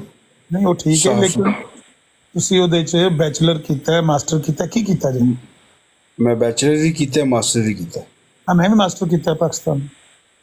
ਪਾਕਿਸਤਾਨੀ ਡਿਗਰੀਆਂ ਦੀ ਕੋਈ ਔਕਾਤ ਨਹੀਂ ਸਰ, ਉਹਦੀ ਗੱਲ ਹੀ ਨਹੀਂ ਕਰੂੰਗਾ. ਪਾਕਿਸਤਾਨੀ ਡਿਗਰੀਆਂ ਦੀ ਤੁਹਾਡੇ ਨਜ਼ਦੀਕ ਔਕਾਤ ਨਹੀਂ ਹੋਣ ਲੱਗੀ, ਲੇਕਿਨ ਔਕਾਤ ਨਹੀਂ ਸਰ ਭਾਈ. ਇਹ ਤੁਹਾਡੀ ਵੇਟਰ ਲੱਗਦੇ ਸਾਰੇ ਪਾਕਿਸਤਾਨੀ ਡਿਗਰੀ ਵਾਲੇ, ਸਾਰੇ ਇੱਥੇ ਵੇਟਰ ਉਬਰਾਂ ਚਲਾਉਂਦੇ, ਟੈਕਸੀ ਚਲਾਉਂਦੇ ਤੇ ਵੇਟਰ ਲੱਗਦੇ. ਅਸਲ ਉਹਦੀ ਵਜ੍ਹਾ ਇਹ ਤੇ ਨਹੀਂ ਹੈ ਕਿ ਉਹ ਤਾਲੀਮ ਗਲਤ ਹੈ, ਉਹਦੀ ਵਜ੍ਹਾ ਇਹ ਵੇ ਕਿ ਪਾਕਿਸਤਾਨ ਇੱਕ ਗਰੀਬ ਮੁਲਕ ਹੈ. ਗਰੀਬ ਦੇ ਗੁਣ ਜਿਹੜੇ ਨੇ ਵਿੱਚ ਹੀ ਰਹਿ ਜਾਂਦੇ ਨੇ. ਉਹਦਾ ਕੋਈ ਇਹ ਵਜ੍ਹਾ ਤੇ ਨਹੀਂ ਹੈ. ਜਦੋਂ ਮੁਸਲਮਾਨਾਂ ਕੋਲ ਤਾਕਤ ਸੀ ਨਾ, ਤੇ ਜਿਹੜੀਆਂ ਸਪੇਨ ਦੇ ਵਿੱਚ, ਉੰਦਲਸ ਦੇ ਵਿੱਚ ਮੁਸਲਮਾਨ ਤਲਵਾਰਾਂ ਬਣਾਉਂਦੇ ਸਨ ਤੇ ਜਿੰਜ ਦਾ ਕੱਪੜਾ ਤੇ ਜ਼ਰਾ ਪਾਉਂਦੇ ਸਨ, ਇਹਨਾਂ ਨੂੰ ਪੂਰੀ ਦੁਨੀਆ ਉਹਨਾਂ ਨੂੰ ਕਾਪੀ ਕਰਦੀ ਹੁੰਦੀ ਸੀ. गिल साहब, मैं भी पाकिस्तान से पढ़ा हूँ और यहाँ पर मैं स्टेट की जॉब करता हूँ. मैं पाकिस्तान से पढ़ा हूँ. मेरा भतीजा पाकिस्तान से पढ़ कर आया है, बैचलर किया, यहाँ पे मास्टर करके वो इंजीनियर लगा हुआ है इधर. तो आप कैसी बात कर रहे हैं कि यहाँ पे वेटर लगे हुए हैं? یہ تو چلو میرے تو انہوں نے یہ پتہ لگ گیا ہے. اور وہ جو آپ یہ سر اسپین کی مثالیں دے رہے ہیں نا سر, وہ آپ لوگوں کا کوئی کمال نہیں ہے. وہ عربوں کی فتح تھی, عربوں کی جنگ تھی وہ, ٹھیک ہے. آپ دھکے سے ان کے ساتھ مل گئے جا کے. آپ تو 100-150 سال پہلے ہندو طارق بن زیاد عربی سے, تو طارق بن زیاد پاکستانی تھا. موسیٰ بن نصیر عربی سے پاکستانی تھا. تسی دسو نا جیڑی تسی گل پہ کردے ہو پاکستانی سی. مطلب ہے جیڑی حسن نثار نے گل آکھ سڑی وہ قرآن دا رفع جڑا وہ کہہ دیندا ہے کھٹلا کے. تسی عرباں نوں اپنے نال کتھے ملا رہے ہو سر؟ عرب آر لاؤڈ, عرب ہے ہی نہیں. موسیٰ بن نصیر عرب ہے ہی نہیں, طارق بن زیاد عرب ہے ہی نہیں. نہیں میں انہاں دی گل نہیں کر رہا. پاکستانی بھی نہیں سی اگر عرب نہیں سی تے. سر لوکاں نوں شعور آ رہا ہے سر. اے معاشرتی نوں مطالعہ پاکستان دی کتاباں پڑھا کے محمد بن قاسم نوں تسی اسلام دا ہیرو بناتے نا, جیڑی ہیرو نہیں ہے. ਗਿੱਲ ਸਾਹਿਬ ਮੈਂ ਪਿਆ ਨਾ ਜਿਹੜੀ ਤੁਸੀਂ ਗੱਲ ਕੀਤੀ ਨਾ ਉਹਦੇ ਤੇ ਖੜੇ ਰਹੋ ਨਾ. ਤੁਸੀਂ ਆਖਿਆ ਕਿ ਅਰਬਾਂ ਦਾ ਕਮਾਲ ਹੈ. ਜਦੋਂ ਉੰਦਲਸ ਤੇ ਸਪੇਨ ਦੇ ਉੱਤੇ 800 ਸਾਲ ਹਕੂਮਤ ਕੀਤੀ ਮੁਸਲਮਾਨਾਂ ਨੇ, ਉਹ ਅਰਬਾਂ ਦਾ ਕਮਾਲ ਹੈ. ਮੈਂ ਤੁਹਾਨੂੰ ਪੁੱਛਿਆ ਮੂਸਾ ਬਿਨ ਨਸੀਰ ਅਰਬੀ ਸੀ, ਤਾਰਕ ਬਿਨ ਜ਼ੈਦ ਅਰਬੀ ਸੀ. ਅਸੀਂ ਤੇ ਹਿੰਦੂ ਸਿੱਖ ਸੀ ਜਦੋਂ ਗਏ ਸੀ. ਸਾਡਾ ਕੀ ਲੈਣਾ ਦੇਣਾ ਉੱਚ ਦੱਸੋ? ਸਾਡੇ ਤੇ ਕਨਵਰਜਨ ਹੀ ਬਾਤ. ਅਮਰ ਭਾਈ ਸਾਰੀ ਇੱਕ ਚਾਂਸ ਚਾਹੀਦਾ. Mister Gill, you are highly educated from United States of America. Let us talk with some knowledge and arguments, please. Can I start by asking you, what is the supremacy of the parliament? Thank you. What's the supremacy of parliament? What do you mean? I asked you a simple question. What is it? No, you need to explain your question, brother. No, you need to explain your question. It's a simple question. What is the supremacy of the parliament? It depends on the country. Okay, let's talk about Britain. Every country has a different law. Every country has a different law. If you follow the British system, then British system is different. If you follow the American system, they are different. Okay, now, what do you understand by it? What do you mean? I don't understand your question. No, what do you understand by the term supremacy of the parliament? Of course, parliament is a prime institute. What do you mean by prime institute? Can you explain, please? Parliament is like one of the top institution. They can pass Top resolution. institution in terms of explain yourself. Elaborate, please. Aamir Sorry? साहब Mr. Gill, elaborate, please. Can you? ظفر صاحب ذرا انتظار کرو، hold رکھو ظفر صاحب. Brother, already explained you. Sorry? I already explained you. No, you not explain to me. You not explain anything to me. Can you please Listen. explain? Listen. You know, Yeah, you I'm claim to listening. be very highly educated. You claim Listen, to be brother, very listen. highly educated. You are sat Brother, here. Now, listen, let me brother, finish my listen. point now. Let me finish my point now. You sat here. You are undermining the education system in Pakistan. You claim Yes, to be. You claim to. Hang on. Just let me explain my question, please. You claim to have done Bachelor of Arts in journalism and international politics, masters in international politics, and you don't know the term supremacy of the parliament. How come? Already explained you, Are brother. you telling Now me? trying to Are play you with telling your me words. Brother, listen, the brother, American let me speak, institutions brother. are so weak? Brother, let me speak, brother. Wallah, let me speak. You want? Let me speak, brother. Let me speak. Okay, Please. now I'm going to put myself on mute and let you speak. Thank you. Yeah. I already explained you, brother. Now you're trying to put your words in my mouth, brother. Don't do this to me, please. I already explained you. The parliament is one of the supreme organization or institute in any democratic society. Do you understand it? Yeah, and any law passed by the parliament, Yes. Very good. nobody can challenge. Yes. Are you aware Yes, of that? yes, So nobody when you can come challenge. here, But if that law is controversial and people think, and a group of people think that's against specific community or entire community, or they're targeting some of community, then that's another thing called referendum. Okay, You go okay, and let me come ask back the to that. people, bring you. Listen, Okay. now, let Are me you talk now. aware? Are you aware the parliamentary system is the system for the people, rule of the people, by the people, for the people, and the majority in Pakistan are Muslims.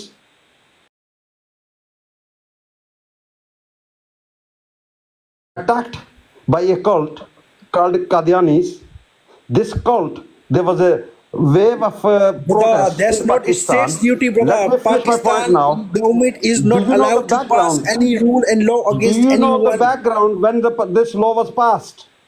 Yes, I Do know you the know the background. background? That was a political strike, brother, from Bhutto. No, That was hang a on. Do political you know strike. the background? Do you know the background to this? You asking me question or you just put me in the court? No. I don't Well, understand. I put you on trial because what you're coming out No, with, you can't, brother. you have You little can't, brother. knowledge, or you're just a You Qadiani sympathizer who's here to tell us you I'm don't a agree human with rights these laws. activist, brother. When I these, can speak with hang every on, human let me being. just, don't interrupt me. I'll let you Human speak in a minute. activist. I'm a I will human let you activist, speak in brother. a minute. I work for Don't human interrupt, rights. please. The American universities not taught you simple manners, not to interrupt somebody when they're talking. The backdrop in which this law was passed. There was wave of protests. There was a huge wish of the people that forced the government of the time to bring the matter to the parliament. The Qadianis were given the full opportunity to present their case, argue their case, prove to the parliament they are Muslims, they're not non-Muslims, they believe in finality of prophethood, and they failed miserably. The Prime Minister at the time stood up in the parliament and said everybody should vote according to their conscience. Brother, आप उर्दू में बात कर लो, आप English में Why? You got masters in journalism and international relations. इसलिए मैं आपको कह रहा हूँ, How did you write your dissertation? आप बोल क्या रहे हो? Are you gonna speak with me? You're gonna speak with me? I don't care. You're gonna speak with me 4 hours. I'm gonna speak. I don't care. You can speak in English, brother. Time Zafar साहब please जरा एक minute mike में रखो। जफर साहब खामोश हो जाएं। अमर भाई को आपको बोला, अमर भाई ने खामोश हो जाए, मेहरबानी आप आमिर साहब बात करने दें। अमर भाई जफर साहब 2 मिनट रुक जाए सिर्फ। उनको बात करने गिल साहब से मैं सिर्फ एक सवाल पूछना चाहता हूँ, चले उर्दू में बात कर लेते हैं राजा साहब। मैं पूछना चाहता हूँ लेकिन ये ऐसी गुलाबी इंग्लिश मैं इंग्लिश नहीं जानता भाई, मैं इतनी इंग्लिश नहीं बोल सकता। इसी जमाने में गुलाबी इंग्लिश बोल रहे हैं ना, वो मुझे उनको अच्छा सुनिए ना, उर्दू में आप बात कर सकते हैं। एक सिंपल सवाल का जवाब दे दें ताकि समझने समझाने के लिए हमारी बात हो ना। गुजारिश ये है कि आप ये कह रहे हैं कि ऐसा कोई कानून नहीं बनना चाहिए मुल्क में जो किसी भी ग्रुप ऑफ पीपल के लिए कंफर्टेबल वो फील ना करते हो उस कानून से, ऐसा ही आपने कहा, यही कहना चाहते हैं ना? एनी ग्रुप ऑफ पीपल कानून बनाए, यही कह रहे हैं ना? ਕਾਨੂੰਨ ਬਣਾਏ, ਤੁਸੀਂ ਕਾਨੂੰਨ ਬਣਾਓ, ਲੇਕਿਨ ਉਸ ਤੋਂ ਪਹਿਲਾਂ ਤੁਸੀਂ ਪਬਲਿਕ ਦੀ ਰਾਏ ਜਾਣੋ, ਰੈਫਰੈਂਡਮ ਦੇ ਥਰੂ ਪਬਲਿਕ ਮੈਜੋਰਟੀ। ਗਿੱਲ ਸਾਹਿਬ ਇੱਕ ਗੱਲ ਨੂੰ ਤੁਸੀਂ ਤਕਰੀਬਨ 6 ਵਾਰੀ ਇਹਨੂੰ ਰਗੜਾ ਲਾ ਚੁੱਕੇ ਹੋ ਤੇ ਤੁਹਾਡੇ ਕੋਲ ਇਹਦਾ ਜਵਾਬ ਹੈ ਨਹੀਂ।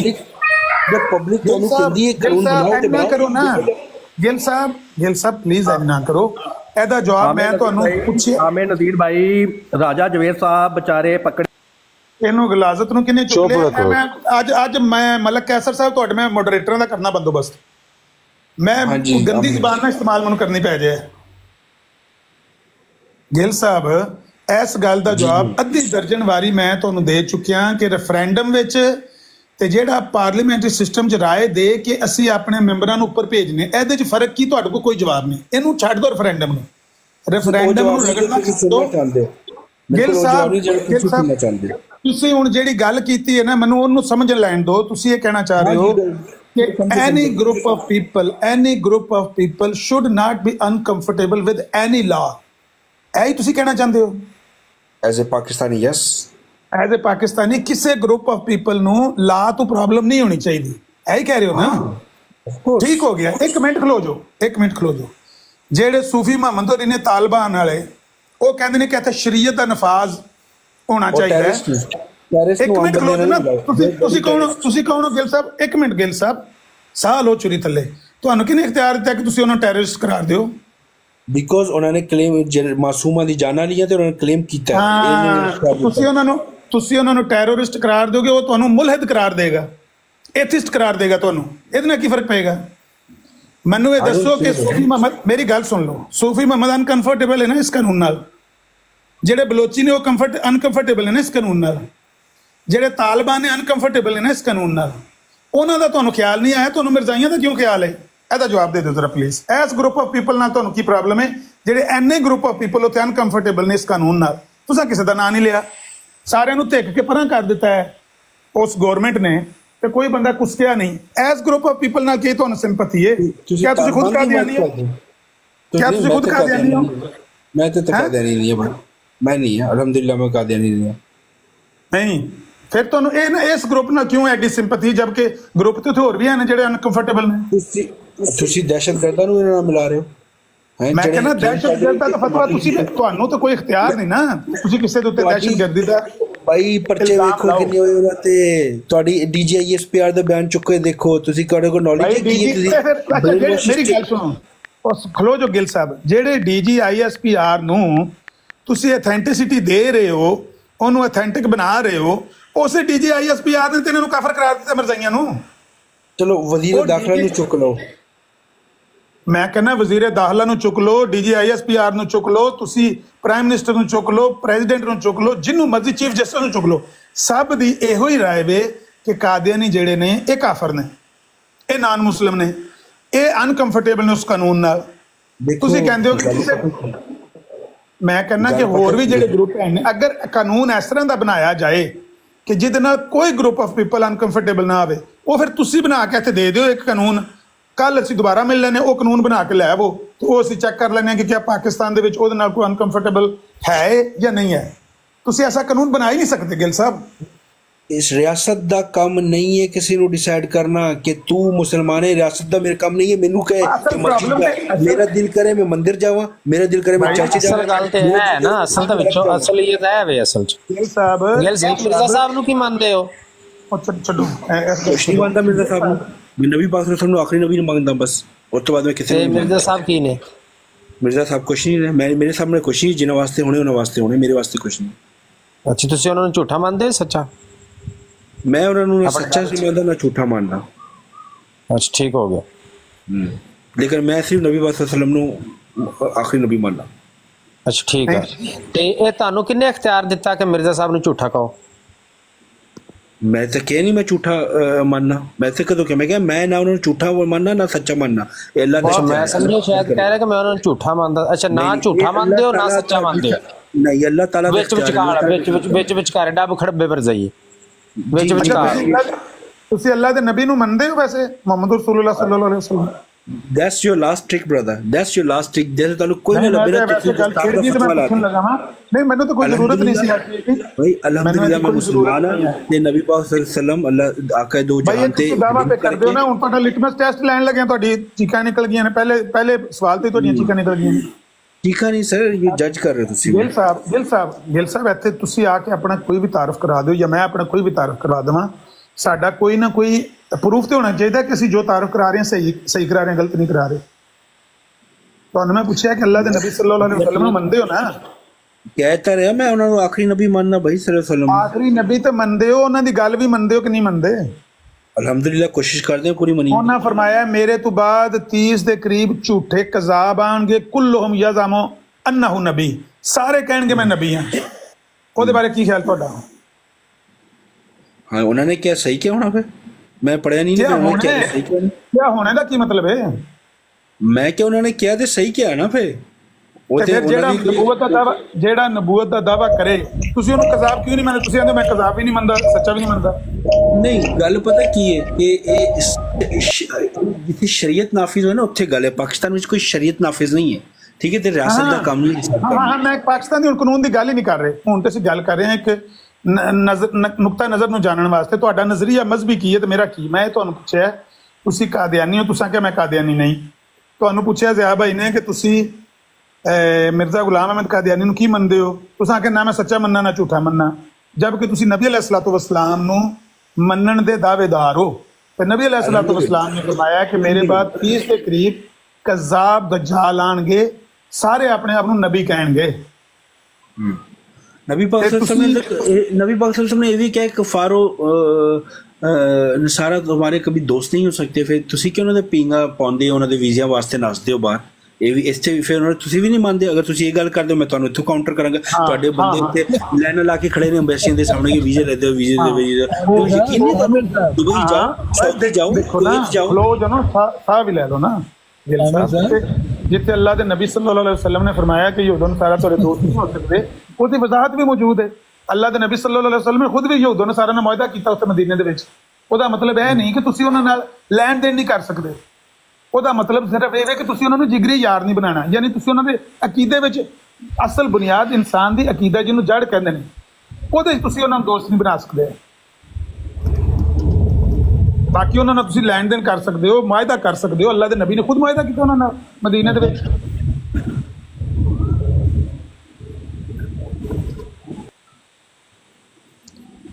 تے پھر اس کنٹریاں چ بھائی کی کرنے جاندے ہو؟ یہی تے میں کہنا اپنے مسلمان ہن کنٹریاں نو کوسچن دی بجائے اے دسو کہ تسی اللہ دے نبی نو مندے ہو؟ بھائی 10 واری پوچھ چکے میں پاکستان نہیں بیٹھا کہ تسی میرے نو آ کے میرا گاٹا لا دیو گے. نہیں لا دے. تہاڈا گاٹا نہیں لائیں گے. تہاڈا لٹمس ٹیسٹ لے رہے ہیں. بھائی لا سکتے بھی نہیں. الحمدللہ میں مسلمان ہاں. تہاڈے سرٹیفکیٹ دی لوڑ نہیں ہے مینوں. تسی کہہ رہے ہو نا مسلمان ہاں. کہن نو تے طارق مجید ظفر صاحب نے تے قادیانی نے تے بھی خود نو مسلمان ہی کہندے نے نا. تہاڈے نال بیٹھے نے. کہن نو جو مرضی کو بندہ کہندا رہے لیکن تسی اپنے آپ کو ثابت کرو کہ تسی مسلمان ہو. اللہ دے نبی نے فرمایا تواڈے کی کرن اللہ کے کی کرن ثابت کروں گا. تسی کون ہو ثابت کرن؟ اگر طارق جمیل صاحب بھی طارق ظفر صاحب بھی کہندے میں مسلمان ہے تہاڈا کوئی رائٹ نہیں. انہوں کو نہیں تو مسلمان نہیں ہے. بھائی عرض کیا کرنا طارق مجید ظفر صاحب نو اختیار ہے کہ انہوں غیر مسلم کہہ لین؟ نہیں ہے. نہیں انہوں کوئی اختیار نہیں ہے. انہوں کو اختیار نہیں. کھلو جو انہوں کو اختیار نہیں ہے. ایک منٹ ظفر صاحب ایک منٹ کھلو جو. طارق مجید ظفر صاحب کھلو جو تسی ایک منٹ نہ بولو نا. سانو انہوں نے کلیئر ہو لین دو گل. انہوں نے اختیار نہیں. انہوں دے نبی نے کیا ہے کہ خدا تعالیٰ نے میرے پر ظاہر کیا ہے کہ جس کو تیری دعوت پہنچی ہے اگر اس نے تجھے قبول نہیں کیا وہ مسلمان نہیں ہے. بھائی میں تے قادیانی نہیں ہاں. میں اس بارے جواب نہیں دے سکتا. جڑے قادیانی حضرات نے انہوں کو میری گل سنو نا. تسی دعویٰ کیتا ہے کہ منو بھی اختیار نہیں تو انہوں نے بھی اختیار نہیں. ਉਹਨਾਂ ਨੇ ਤੇ ਆਪਣਾ ਇਖਤਿਆਰ ਪੇਸ਼ ਕਰ ਦਿੱਤਾ ਹੈ ਕਿ ਜਿਹੜਾ ਬੰਦਾ ਮਿਰਜ਼ਾ ਗੁਲਾਮ ਅਹਿਮਦ ਕਾਦੀਆਨੀ ਨੂੰ ਨਹੀਂ ਮੰਨਦਾ, ਉਹਨਾਂ ਦੇ ਬੇਟੇ ਨੇ ਕਿਹਾ ਨਾ ਸਿਰਫ ਕਾਫਰ ਬਲਕਿ ਪੱਕਾ ਕਾਫਰ ਔਰ ਦਾਇਰੇ ਇਸਲਾਮ ਤੋਂ ਖਾਰਜ ਹੈ। ਚਲੋ ਉਹਨਾਂ ਨੇ ਪੇਸ਼ ਕਰਤੇ, ਤੁਸੀਂ ਤੇ ਸਾਬਤ ਕਰਤੇ ਪਾਬੰਦੀਆਂ ਲਾ ਕੇ ਕਾਨੂੰਨ ਬਣਾ ਕੇ। ਤੁਸੀਂ ਮੈਂ ਤੁਹਾਨੂੰ ਪਹਿਲਾਂ ਗਿੱਲ ਸਾਹਿਬ ਮੈਂ ਤੁਹਾਨੂੰ ਪਹਿਲਾਂ ਕਿਹਾ ਕਿ ਅਸੀਂ ਦੋਵੇਂ ਇੱਕ ਦੂਜੇ ਨੂੰ ਕਾਫਰ ਮੰਨਦੇ ਹਾਂ, ਅਸੀਂ ਦੋਵੇਂ ਇੱਕ ਦੂਸਰੇ ਨੂੰ ਗੈਰ ਮੁਸਲਮ ਮੰਨਦੇ ਹਾਂ, ਨਾ ਉਹ ਸਾਨੂੰ ਮੁਸਲਮਾਨ ਮੰਨਦੇ ਨਾ ਅਸੀਂ ਉਹਨਾਂ ਨੂੰ ਮੁਸਲਮਾਨ ਮੰਨਦੇ ਹਾਂ। ਸਟੇਟ ਦਾ ਕੀ ਕੰਮ ਹੈ ਚ ਇਨਵੋਲਵ ਹੋਣ ਦਾ? ਬਜ਼ਾਤੀ ਜੰਗ ਮੇਰੇ ਘਰ ਦਾ ਝਗੜਾ ਚੱਲ ਰਿਹਾ, ਮੇਰੀ ਚਾਚੀ ਨਾਲ ਆ ਜਾਓ ਨਾ, ਰਿਆਸਤ ਦਾ ਕੀ ਮਸਲਾ ਹੈ? ਉਹ ਫਿਰ ਅਸੀਂ ਪਿੱਛੇ ਆ ਗਏ ਨਾ, ਪੁਲਿਸ ਕਿੱਦਾਂ ਇਨਵੋਲਵ ਹੋਏਗੀ? ਮੇਰਾ ذاتی ਮਸਲਾ ਹੈ। ਗਿੱਲ ਸਾਹਿਬ ਫਿਰ ਅਸੀਂ ਸਟੇਟ ਤੇ ਆ ਗਏ ਹਾਂ ਭੌਂ ਕੇ। ਸਟੇਟ ਬੰਦਿਆਂ ਦੀ ਹੈ, ਬੰਦਿਆਂ ਦੀ ਉਹਨਾਂ ਨੇ ਸਟੇਟ ਬਣਾਈ ਹੈ, ਬੰਦਿਆਂ ਨੇ ਆਪਣੀ ਰਾਏ ਦੇ ਕੇ ਉੱਪਰ ਬੰਦੇ ਭੇਜੇ ਨੇ, ਉਹਨਾਂ ਫੈਸਲਾ ਕਰਨਾ ਹੈ ਕਿ ਇਹ ਸਟੇਟ ਦਾ ਕੀ ਕਾਨੂੰਨ ਹੋਣਾ ਚਾਹੀਦਾ ਹੈ, ਕਿਹਦਾ ਨਾਂ ਦੀਨ ਹੈ, ਕਿਹਦਾ ਨਾਂ ਇਸਲਾਮ ਹੈ, ਕਿਹਦਾ ਨਾਂ ਕੁਫਰ ਹੈ, ਕਿਹਦਾ ਨਾਂ ਮੈਜੋਰਿਟੀ ਹੈ, ਕਿਹਦਾ ਨਾਂ ਮਾਈਨੋਰਿਟੀ ਹੈ। ਅੱਛਾ, ਪਾਕਿਸਤਾਨ ਦੇ ਆਇਨ ਚ ਜਿਹੜਾ ਆਰਟੀਕਲ ਹੈ 20A, ਉਹ ਤਾਂ ਕਹਿੰਦਾ ਹੈ ਕਿ every citizen shall have a right to pursue and practise and his religious freedom, ਤੇ ਉਹ ਫਿਰ ਕਿੱਥੇ ਗਿਆ? ਮੇਰੀ ਥੋੜੀ ਜਿਹੀ ਗੱਲ ਸੁਣੋ। ਇੱਕ ਮਿੰਟ ਤਾਰਿਕ ਜੀ ਜ਼ਫਰ ਸਾਹਿਬ ਬਾਰ-ਬਾਰ ਰਿਕੁਐਸਟ ਕਰਨ ਲੱਗੇ ਆ, ਤੁਸੀਂ ਮਿਊਟ ਰੱਖੋ ਜ਼ਰਾ, ਹੋਲਡ ਰੱਖੋ, ਇੰਤਜ਼ਾਰ ਕਰੋ। ਦੇਖੋ ਪਹਿਲਾਂ ਮੈਂ ਦੱਸਦਾ ਬਈ ਮੈਂ ਕਾਦੀਆਨੀ ਨਹੀਂ ਹਾਂ, ਖੁਦਾ ਨੂੰ ਹੈ ਉਹ ਜਾਂ ਨਹੀਂ ਹੈ ਇਹਦਾ ਸਾਨੂੰ ਕੋਈ ਪਤਾ ਨਹੀਂ ਹੈ, लेकिन गल ਜਿਹੜੀ ਹੈ ਨਾ ਉਹ ਸਾਬਤ ਕਰੇਗੀ ਕਿ ਤੁਸੀਂ ਕੀ ਹੋ, ਤੁਸੀਂ ਕਾਦੀਆਨੀ ਹੋ ਕਿ ਤੁਸੀਂ ਮੁਸਲਮਾਨ ਹੋ। ਮਜ਼ਲੂਮ ਤਬਕਾ ਹੈ ਪਾਕਿਸਤਾਨ ਜਿਹੜਾ ਤੁਸੀਂ ਗਿੱਲ ਸਾਹਿਬ ਤੁਸੀਂ ਪਹਿਲੇ ਸਵਾਲ ਤੇ ਫਿਰ ਟੁਰ ਗਏ ਹੋ ਕਿ ਉਹਨਾਂ ਨੂੰ ਪ੍ਰੈਕਟਿਸ ਕਰਨ ਦੀ ਇਜਾਜ਼ਤ ਨਹੀਂ ਦਿੱਤੀ ਜਾਂਦੀ। ਮੈਂ ਕਹਿ ਰਿਹਾ ਕਿਹੜੀ ਇਬਾਦਤਗਾਹ ਹੈ ਉਹਨਾਂ ਦੀ ਜਿਹਦੇ ਉੱਤੇ ਬੈਨ ਲੱਗੇ ਆ ਜਾਂ ਬਾਹਰ ਪਾਕਿਸਤਾਨ ਦੀ ਪੁਲਿਸ ਦੀ ਤਰਫੋਂ ਬੈਰੀਅਰ ਲੱਗਿਆ ਕਿ ਉਹ ਅੰਦਰ ਦਾਖਲ ਨਹੀਂ ਹੋ ਸਕਦੇ ਔਰ ਆਪਣੀ ਇਬਾਦਤ ਨਹੀਂ ਕਰ ਰਹੇ। ਪਾਕਿਸਤਾਨ ਦੀ ਪੰਜਾਬ ਪੁਲਿਸ ਉਹ ਬੱਕਰਾ ਵੱਢਣ ਪਾਕਿਸਤਾਨ ਦੀ ਪੰਜਾਬ ਪੁਲਿਸ ਜਿਹੜੀ ਹੈ ਨਾ ਉਹ ਸਰ 15 16 ਮੁਲਾਜ਼ਮ ਖੁਦ ਮੈਨੂੰ ਪਰਸੋਂ ਕਾਦੀਆਨੀ ਨੇ ਦੱਸਿਆ ਕਿ ਦਰਮਿਆਲ ਪਿੰਡ ਚਕਵਾਲ ਦਾ ਕਹਿੰਦਾ ਸਾਡੇ ਕੋਲ 15-16 ਮੁਲਾਜ਼ਮ ਉਹਨਾਂ ਸਾਨੂੰ ਭੇਜੇ ਸਨ, ਜਿਸ ਵੇਲੇ ਅਸੀਂ ਉਹਨਾਂ ਨੂੰ ਕਿਹਾ ਸੀ ਕਿ ਈਦ ਮਿਲਾਦੁਨ ਨਬੀ ਦਾ ਜਲੂਸ ਪਿਆ ਹੁੰਦਾ ਤੇ ਸਾਨੂੰ ਡਰ ਹੈ ਉਹਨਾਂ ਦਾ ਸਾਡੇ ਤੇ ਅਟੈਕ ਨਾ ਕਰ ਦੇਣ। ਪਾਕਿਸਤਾਨ ਦੀ ਪੰਜਾਬ ਗਵਰਨਮੈਂਟ ਨੇ ਪੰਜਾਬ ਪੁਲਿਸ ਦੇ 15 ਮੁਲਾਜ਼ਮ ਘੱਲ ਕੇ ਉਹਨਾਂ ਦੀ ਇਬਾਦਤਗਾਹ 'ਚ ਉਹਨਾਂ ਨੂੰ ਪ੍ਰੋਟੈਕਟ ਕੀਤਾ। ਪਾਕਿਸਤਾਨੀ ਗਵਰਨਮੈਂਟ ਨੇ ਨਹੀਂ ਭਾਈ, ਵੈਸਟਰਨ ਪ੍ਰੈਸ਼ਰ ਹੈ, ਵਰਨਾ ਤੁਸੀਂ ਉੱਥੇ ਬੰਦੇ ਜੀਣ ਨਾ ਦਿਓ, ਤੁਸੀਂ ਇਹਨੂੰ ਗੁਸਤਾਖ ਕਰਕੇ ਬੰਦੇ ਮਾਰੋ। ਇਹ ਜਿਹੜੀਆਂ ਗੱਲਾਂ ਨੇ ਨਾ ਜਦੋਂ ਬੰਦਾ ਲਾਜਵਾਬ ਹੋ ਇੱਥੇ ਬੈਠੇ ਨੇ, ਸਾਡੇ ਵੱਲੋਂ ਪੈਸਾ ਜਾਂਦਾ ਤੁਹਾਨੂੰ, ਸਾਡਾ ਪੈਸਾ ਖਾਂਦੇ ਹੋ ਤੁਸੀਂ, ਫੰਡਸ ਦਿੰਦੇ ਹੋ ਤੁਸੀਂ। ਓਹੋ ਗਿੱਲ ਸਾਹਿਬ ਜਦੋਂ ਬੰਦਾ ਲਾਜਵਾਬ ਹੋ ਜਾਂਦਾ ਨਾ ਫਿਰ ਬੰਦਾ ਇੰਜ ਦੀਆਂ ਫਜ਼ੂਲ ਗੱਲਾਂ ਕਰਦਾ ਹੈ, ਉਹ ਫਲਾਣੇ ਦਾ ਪ੍ਰੈਸ਼ਰ, ਹਿਊਮਨ ਰਾਈਟਸ ਦਾ ਵੈਸਟਰਨ ਪ੍ਰੈਸ਼ਰ ਹੈ ਤੁਹਾਡੇ ਉੱਤੇ, ਵਰਨਾ ਤੁਸੀਂ ਤੇ ਉੱਥੇ ਬੰਦੇ ਨੂੰ ਜੀਣਾ ਦਿਓ। ਤੁਸੀਂ ਐਡਾ ਲੈਣੀਆਂ, ਤੁਸੀਂ ਸਾਡੇ ਕੋਲ ਪੈਸੇ ਲੈਣੇ। ਮੇਰੀ ਗੱਲ ਤਾਂ ਸੁਣੋ ਨਾ, ਹਿਊਮਨ ਰਾਈਟਸ ਵਾਲਿਆਂ ਨੇ ਲਾਲ ਮਸਜਿਦ ਵਾਲਿਆਂ ਨੂੰ ਕਿਉਂ ਨਹੀਂ ਪ੍ਰੋਟੈਕਟ ਕੀਤਾ ਜਾ ਕੇ? ਜਦੋਂ ਅੰਦਰ ਡੱਕਿਆ ਸੀ ਉਹ ਦੋਵੇਂ ਭਰਾ, ਉਦੋਂ ਕਿਉਂ ਨਹੀਂ ਹਿਊਮਨ ਰਾਈਟਸ ਵਾਲੇ ਜਿੱਥੇ ਛੋਟੇ ਛੋਟੇ ਬੱਚੇ ਅੰਦਰ ਡੱਕੇ ਸੀ, ਆਰਮੀ ਨੂੰ ਡਾਕ ਰੱਖ ਦਿੱਤੀ, ਉਸ ਵੇਲੇ ਹਿਊਮਨ ਰਾਈਟਸ ਕਿੱਥੇ ਸੀ? ਉਹ ਰਿਆਸਤ ਦੇ ਮਾਮਲੇ 'ਚ ਮੁਦਾਖਲਤ ਕਰ ਰਹੇ ਸੀ, ਸਹੀ ਕੀਤਾ, ਉਹਨਾਂ ਨੂੰ ਰਗੜ ਦਿੱਤਾ। ਸ਼ਾਬਾਸ਼, ਉਹ ਰਿਆਸਤ ਦੇ ਮਾਮਲੇ, ਉਹ ਬੱਚੇ ਸਨ ਛੋਟੇ ਛੋਟੇ ਉਹਦੇ ਅੰਦਰ ਡੱਕੇ, ਉਹ ਕਿਹੜੀ ਰਿਆਸਤ ਦੇ ਮਾਮਲੇ 'ਚ ਦਖਲਅੰਦਾਜ਼ੀ ਕਰ ਰਹੇ ਸਨ? ਕਿੱਥੇ ਸੀ ਤੁਹਾਡੇ ਐਮਐਨਏ ਐਮਪੀ ਸਿਲੈਕਟਡ ਮੈਂਬਰ ਜਿਹੜੇ ਤੁਹਾਡੇ ਨੁਮਾਇੰਦੇ ਸੀ? ਤੁਸੀਂ ਕਹਿੰਦੇ ਸੋ ਨੁਮਾਇੰਦੇ ਸਾਡੇ ਹੁੰਦੇ, ਉਹ ਕਿੱਥੇ ਸੀ ਫਿਰ ਤੁਹਾਡੇ ਨੁਮਾਇੰਦੇ? ਉਹ ਕਿਉਂ ਨਹੀਂ ਬੋਲਿਆ? ਅੱਛਾ ਹੁਣ ਫਿਰ ਪਾਰਲੀਮੈਂਟ ਕਿੱਥੇ ਸੀ? ਤੁਸੀਂ ਤੁਹਾਡੇ ਬਕੌਲ ਤਾਂ ਉਹਨਾਂ ਨੂੰ ਇਖਤਿਆਰ ਹੀ ਨਹੀਂ ਹੈ ਨਾ, ਤੁਹਾਡੇ ਬਕੌਲ ਤਾਂ ਉਹਨਾਂ ਨੂੰ ਇਖਤਿਆਰ ही नहीं है, होना ही नहीं चाहिए उन्होंने इख्तियार। रियासत को, स्टेट को चैलेंज करने का इख्तियार किसी को नहीं है, चाहे उसका कोई भी मजहब हो, मसला को, ये स्टेट को जो चैलेंज करेगा उसको उसके साथ ऐसे ही होगा। भाई स्टेट ਜਦੋਂ ਤੁਸੀਂ ਸਟੇਟ ਨੂੰ ਇਖਤਿਆਰ ਹੀ ਨਹੀਂ ਪੇ ਦਿੰਦੇ, ਤੁਸੀਂ ਕਹਿੰਦੇ ਹੋ ਸਟੇਟ ਨੂੰ ਹੱਕ ਹੀ ਨਹੀਂ ਹੈ ਕਿ ਕਾਨੂੰਨ ਕੋਈ ਐਸਾ ਬਣਾਏ, ਨਾਲੇ ਕਹਿੰਦੇ ਸਟੇਟ ਨੂੰ ਚੈलेंज नहीं कर सकता कोई बंदा। विक्टिमाइजेशन की बात कर रहा हूं भाई मैं, विक्टिमाइजेशन नहीं कर सकते। ਗਿੱਲ ਸਾਹਿਬ ਮਾਜ਼ਰਤ ਦੇ ਨਾਲ ਤੁਹਾਨੂੰ ਆਪ ਨਹੀਂ ਪਤਾ ਪੈ ਲੱਗਦਾ ਤੁਸੀਂ ਕੀ ਕਹਿਣਾ ਤੇ ਕੀ ਨਹੀਂ ਕਹਿਣਾ, ਤੁਸੀਂ ਕੀ ਕਹਿ ਰਹੇ ਹੋ? ਆਪ ਨਾ ਤੁਸੀਂ ਆਪਣੇ ਵਰਡਸ ਮੇਰੇ ਮੂੰਹ 'ਚ ਪਾ ਰਹੇ ਹੋ, ਤੁਸੀਂ ਕਹਿ ਰਹੇ ਹੋ ਕਿ ਭਾਈ ਇਹ ਪਤਾ ਨਹੀਂ ਲੱਗਦਾ ਨਾ, ਇੱਕ ਵਾਰੀ ਕਹਿੰਦੇ ਹੋ ਪਤਾ ਭਾਈ ਸਾਰਾ ਅਲਹਮਦੁਲਿਲਾ ਮੈਨੂੰ ਪਤਾ ਹੈ, ਸਟੇਟ ਨੂੰ ਕੋਈ ਬੰਦਾ ਚੈलेंज ਨਾ ਕਰੇ, ਦੂਸਰੀ ਵਾਰ ਕਹਿੰਦੇ ਹੋ ਸਟੇਟ ਕੋਲ ਇਖਤਿਆਰ ਨਹੀਂ ਹੋਣਾ ਚਾਹੀਦਾ। ਉਹ ਲੋਕਾਂ ਨੂੰ ਪਤਾ ਨਹੀਂ ਲੱਗਦਾ ਤੁਸੀਂ ਕਿਹੜੀ ਗੱਲ ਕਰਨੀ, ਕਿਹੜੀ ਲੋਕਾਂ ਦੀ ਦੁਕਾਨਾਂ ਤੇ ਹਮਲੇ ਕਰ ਰਹੇ ਸੀ ਜਾ ਕੇ, ਉਹ ਲੋਕਾਂ ਦੇ ਬਿਜ਼ਨਸ ਬੰਦ ਕਰਾ ਰਹੇ ਨੇ, ਉੱਥੇ ਜਾ ਕੇ ਲੋਕਾਂ ਨੂੰ ਕਹਿ ਰਹੇ ਇਹ ਸ਼ਰੀ ਪਰਦਾ ਕਰੋ, ਇਦਾਂ ਕਰੋ, ਉਦਾਂ ਕਰੋ, ਉਹਨਾਂ ਦਾ ਕੰਮ ਹੈ? ਦੱਸੋ ਉਹਨਾਂ ਦਾ ਕੰਮ ਹੈ? ਇਹ ਹੈ ਉਹ ਲਾਲ ਮਸਜਿਦ ਵਾਲੇ ਮਾਰਕੀਟਾਂ 'ਚ ਆਪਣੀ ਡੰਡਾ ਬਰਦਾਰ ਫੌਜ ਲੈ ਕੇ ਫਿਰ ਰਹੇ ਸੀ, ਭਾਈ ਇਹੋ ਹੀ ਗੱਲ ਕਰਦਾ ਨਾ ਸੀ। ਗਿੱਲ ਸਾਹਿਬ ਮੇਰੀ ਗੱਲ ਸੁਣੋ, ਗਵਰਨਮੈਂਟ ਕਾਦੀਆਨੀ ਹੈ ਲੋਕਾਂ ਦੇ ਬਿਜ਼ਨਸ ਬੰਦ ਕਰਾਇਆ, ਡੰਡਾ ਬਰਦਾਰ ਫੌਜ ਲੈ ਕੇ ਨਿਕਲੇ ਕਾਦੀਆਨੀ ਸੜਕਾਂ ਤੇ। ਉਹ ਸੁਣ ਤੇ ਲੋ ਭਾਈਜਾਨ, ਉਹਨਾਂ ਗਵਰਨਮੈਂਟ ਦੀ ਰਿਟ ਨੂੰ ਚੈਲੰਜ ਕੀਤਾ, ਉਹਨਾਂ ਨੂੰ ਧੱਕ ਦਿੱਤਾ ਨਾ, ਪਿੱਛੇ ਗਵਰਨਮੈਂਟ ਨੇ ਧੱਕ ਦਿੱਤਾ ਨਾ। ਤੁਸੀਂ ਕਹਿੰਦੇ ਹੋ ਕਿ ਗਵਰਨਮੈਂਟ ਕੋਲੇ ਕੋਈ ਇਖਤਿਆਰ ਨਹੀਂ ਕਿਸੇ ਦੇ ਇਹਨਾਂ ਮਾਮਲਾ 'ਚ ਦਖਲ ਦੇਣ ਦਾ, ਉਹਨਾਂ ਦਾ ਫੈਸਲਾ ਕਰਨ ਦਾ, ਇਹਨਾਂ ਕੋਲ ਇਖਤਿਆਰ ਹੀ ਨਹੀਂ ਹੋਣਾ ਚਾਹੀਦਾ ਗਵਰਨਮੈਂਟ ਕੋਲ। ਇਹ ਗਵਰਨਮੈਂਟ ਦੀ ਰਿਟ ਨੂੰ ਚੈਲੰਜ ਕੀਤਾ ਉਹ ਦੱਸ ਦਿਓ, ਐਂਟੀ ਪਾਕਿਸਤਾਨ ਕਿੱਥੇ ਗੱਲ ਕੀਤੀ ਜਾਂ ਕੋਈ ਪਾਕਿਸਤਾਨੀ ਰਿਟ ਨੂੰ ਚੈਲੰਜ ਕੀਤਾ ਜਿਹੜਾ ਉਹਨਾਂ ਦੇ ਖਿਲਾਫ ਤੁਸੀਂ ਕਾਨੂੰਨ ਬਣਾਤਾ, ਇਹ ਦੱਸੋ। ਨਹੀਂ, ਕਾਨੂੰਨ ਉਹਨਾਂ ਦੇ ਖਿਲਾਫ ਤੇ ਆਵਾਮ ਨੇ ਬਣਾਣਾ ਨਾ, ਆਵਾਮ ਦਾ ਮੁਲਕ ਹੈ, ਇਹ ਜਮਹੂਰੀ ਮੁਲਕ ਹੈ। ਜਦੋਂ ਸਾਰਾ ਜਮਹੂਰ ਇਹ ਕਹਿੰਦਾ ਹੈ ਕਿ ਇਹ ਸਾਡਾ ਦੀਨ ਇਸਲਾਮ ਹੈ, ਉਹ ਸਾਨੂੰ ਇਸ ਦੀਨ ਤੋਂ ਕੱਢਦੇ ਨੇ। ਸਤ ਬਿਸਮਿल्ला बनाए आवाम सत बिस्मिल्लाह बनाए, लेकिन आवाम की राय जानने तो बाद कोई 200-300 पार्लियामेंटेरियन सी। ਇਹ 1974 ਵਿੱਚ ਜਿਹੜਾ ਕਾਨੂੰਨ ਬਣਿਆ ਸੀ ਉਹ ਆਵਾਮ ਨੇ ਬਣਾਇਆ ਸੀ। ਹਾਂ, ਭੁੱਟੋ ਜੈਸੇ ਅਯਾਸ਼ ਬੰਦੇ ਨੇ ਬਣਾਇਆ ਸੀ, ਜਿਹਨੂੰ ਕਿਸੇ ਸ਼ਾਇਦ ਨਮਾਜ਼ ਵੀ ਨਾ ਆਉਂਦੇ, ਜਿਹੜਾ ਸ਼ਰਾਬੀ ਬੰਦਾ ਸੀ, ਉਹਨੇ ਬਣਾਇਆ ਸੀ। ਹੁਣ ਤੁਸੀਂ ਲੋਕਾਂ ਦੀਆਂ ਜ਼ਾਤਾਂ ਫੁੱਲਣ ਲੱਗ ਪਏ, ਤੁਹਾਡੀ ਆਪਣੀ ਜ਼ਾਤ ਪਤਾ ਨਹੀਂ ਉਹ ਕਿਉਂ ਬਣਾਇਆ ਸੀ, ਤੁਹਾਨੂੰ ਵੀ ਪਤਾ ਹੈ, ਉਹ ਕਿਉਂ ਬਣਾਇਆ ਤੁਹਾਨੂੰ ਵੀ ਪਤਾ ਨਹੀਂ। ਗਿਲ ਸਾਹਿਬ was about to losing his government. If you don't play this shit card, he was about to losing his government. Gill साहब, आपका अपना किरदार पता नहीं किस तरह का है, आप लोगों के किरदार को जाके चेक कर रहे हैं। नहीं, मेरा किरदार क्या है? आपने मेरे साथ बैठ के शराब पी है, मेरा किरदार गिल साहब केड़े मुल्क च रहंदे हो गिल साहब? ये अमेरिका किधर ने रहंदे ने, मैंने यकीन है अमेरिका भी रहंदे ने, झूठ बोल रहे ने।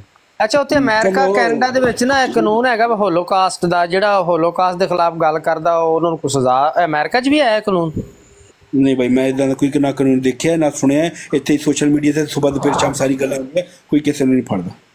अच्छा ठीक है, ਤੁਸੀਂ ਉੱਤੇ ਇੱਕ ਵੀਡੀਓ ਬਣਾ ਕੇ ਲਾ ਸਕਦੇ ਹੋ ਆਪਣੇ ਇਹਦੇ ਤੇ ਚੈਨਲ ਵਗੈਰਾ ਤੇ ਜਾਂ ਕਿਤੇ ਆਪਣੀ ਆਈਡੀ ਤੇ ਕਿ ਵੀ ਜਿਹੜਾ ਹੋਲੋਕਾਸਟ ਹੋਇਆ ਸੀ, ਇਹ ਲਫ਼ਜ਼ ਕਹਿਣੇ ਨੇ ਕਿ ਜਿਹੜਾ ਹੋਲੋਕਾਸਟ ਦਾ ਹੈ ਵੀ ਸਭ ਟੋਪੀ ਡਰਾਮਾ, ਕੋਈ ਹੋਲੋਕਾਸਟ ਨਹੀਂ ਹੋਇਆ।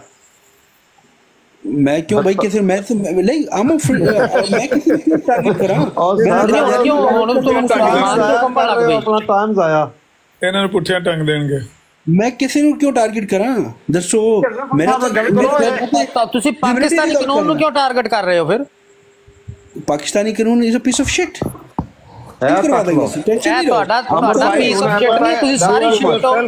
You are yourself piece of shit Gill Sahib, ਮਾਜ਼ਰਤ ਦੇ ਨਾਲ।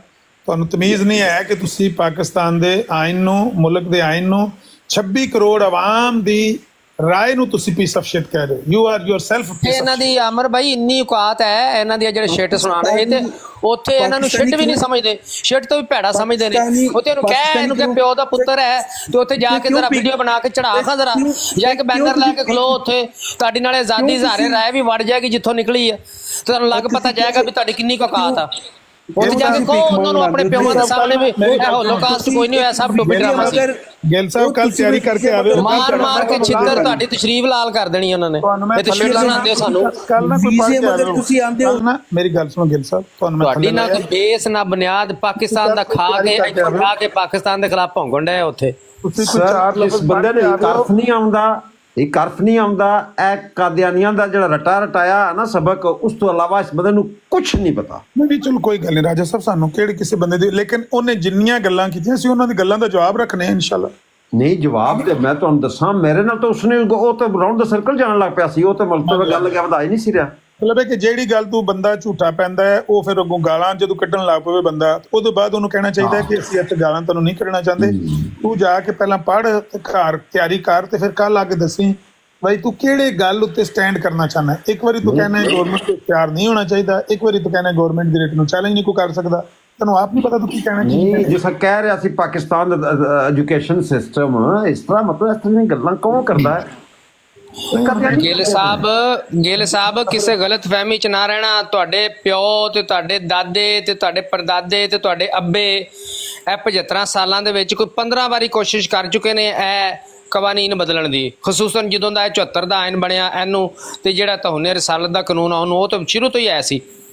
ਇਹ ਕੋਈ 15-20 ਵਾਰੀ ਵੱਡੀਆਂ ਟਰਾਈਆਂ ਕਰ ਚੁੱਕੇ ਨੇ, ਤੇ ਜੋ ਉਹਨਾਂ ਦੀ ਛਤਰੌਲ ਹੋਈ ਨਾ ਉਹ ਸਾਰੀ ਦੁਨੀਆ ਨੇ ਵੇਖੀ ਆ। ਤੁਸੀਂ ਇਹਦਾ ਐਲ ਵੀ ਨਹੀਂ ਚੇਂਜ ਕਰ ਸਕਦੇ, ਇਹ ਐਲ ਲਾਲ ਆ ਜੇ, ਕੋਈ ਹੋਰ ਨਾ ਸਮਝ ਲੈਣਾ, ਇਹ ਲਾ ਦਾ ਐਲ ਵੀ ਨਹੀਂ ਤੁਸੀਂ ਚੇਂਜ ਕਰ ਸਕਦੇ। ਮੂੰਹ ਧੋ ਕੇ ਆਓ ਜਾਓ, ਸ਼ਾਬਾਸ਼। ਐਸੇ ਛਿੱਤਰ ਤੁਹਾਡੇ ਵੱਜਣਗੇ ਨਾ, ਇੱਥੇ ਨਸਲਾਂ ਤੁਹਾਡੀਆਂ ਯਾਦ ਕਰਨਗੀਆਂ। ਤੁਹਾਡੇ ਪਿਓ ਦਾ ਮੁਲਕ ਨਹੀਂ, ਮੁਸਲਮਾਨਾਂ ਦਾ ਮੁਲਕ ਆ।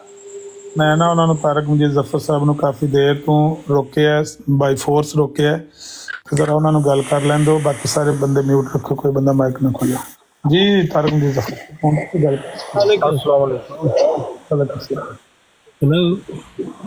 ਜੀ ਤਾਰਕ ਮਜੀਦ ਜ਼ਫਰ ਸਾਹਿਬ ਤੁਹਾਡੇ ਕਰਨ ਦਾ ਪਤਾ ਕੋਈ ਇਜਾਜ਼ਤ ਨਹੀਂ ਸੀ ਸਿਰਫ ਖਾਣਾ ਖਾਣ ਦੀ, ਤੇ ਅੱਗੋਂ ਮੇਰੀ ਮੀਟਿੰਗ ਸ਼ੁਰੂ ਹੋਣ ਵਾਲੀ 15 ਮਿੰਟਾਂ ਤੱਕ, ਤੇ ਇਸ ਵਾਰ ਫਿਰ ਹੁਣ ਗੱਲ ਸ਼ਾਇਦ ਨਾ ਹੋ ਸਕੇ। ਮੈਂ ਵੈਸੇ ਉਹ ਕਰ ਰਿਹਾ ਸੀ ਇਹ ਦੋ ਸੇ ਆਪਣਾ ਮੁਕਾਬਲਾ ਸ਼ੁਰੂ ਕਰਤਾ है, भी थोड़ा जा ਮੁਨਾਸਬ ਨਹੀਂ ਸੀ ਇੱਕ ਦੂਸਰੇ ਨੂੰ ਬਰਤਰੀ ਤੇ ਥੱਲੇ ਢਾਉਣਾ ਵਗੈਰਾ, ਛੋੜ ਦਿਓ।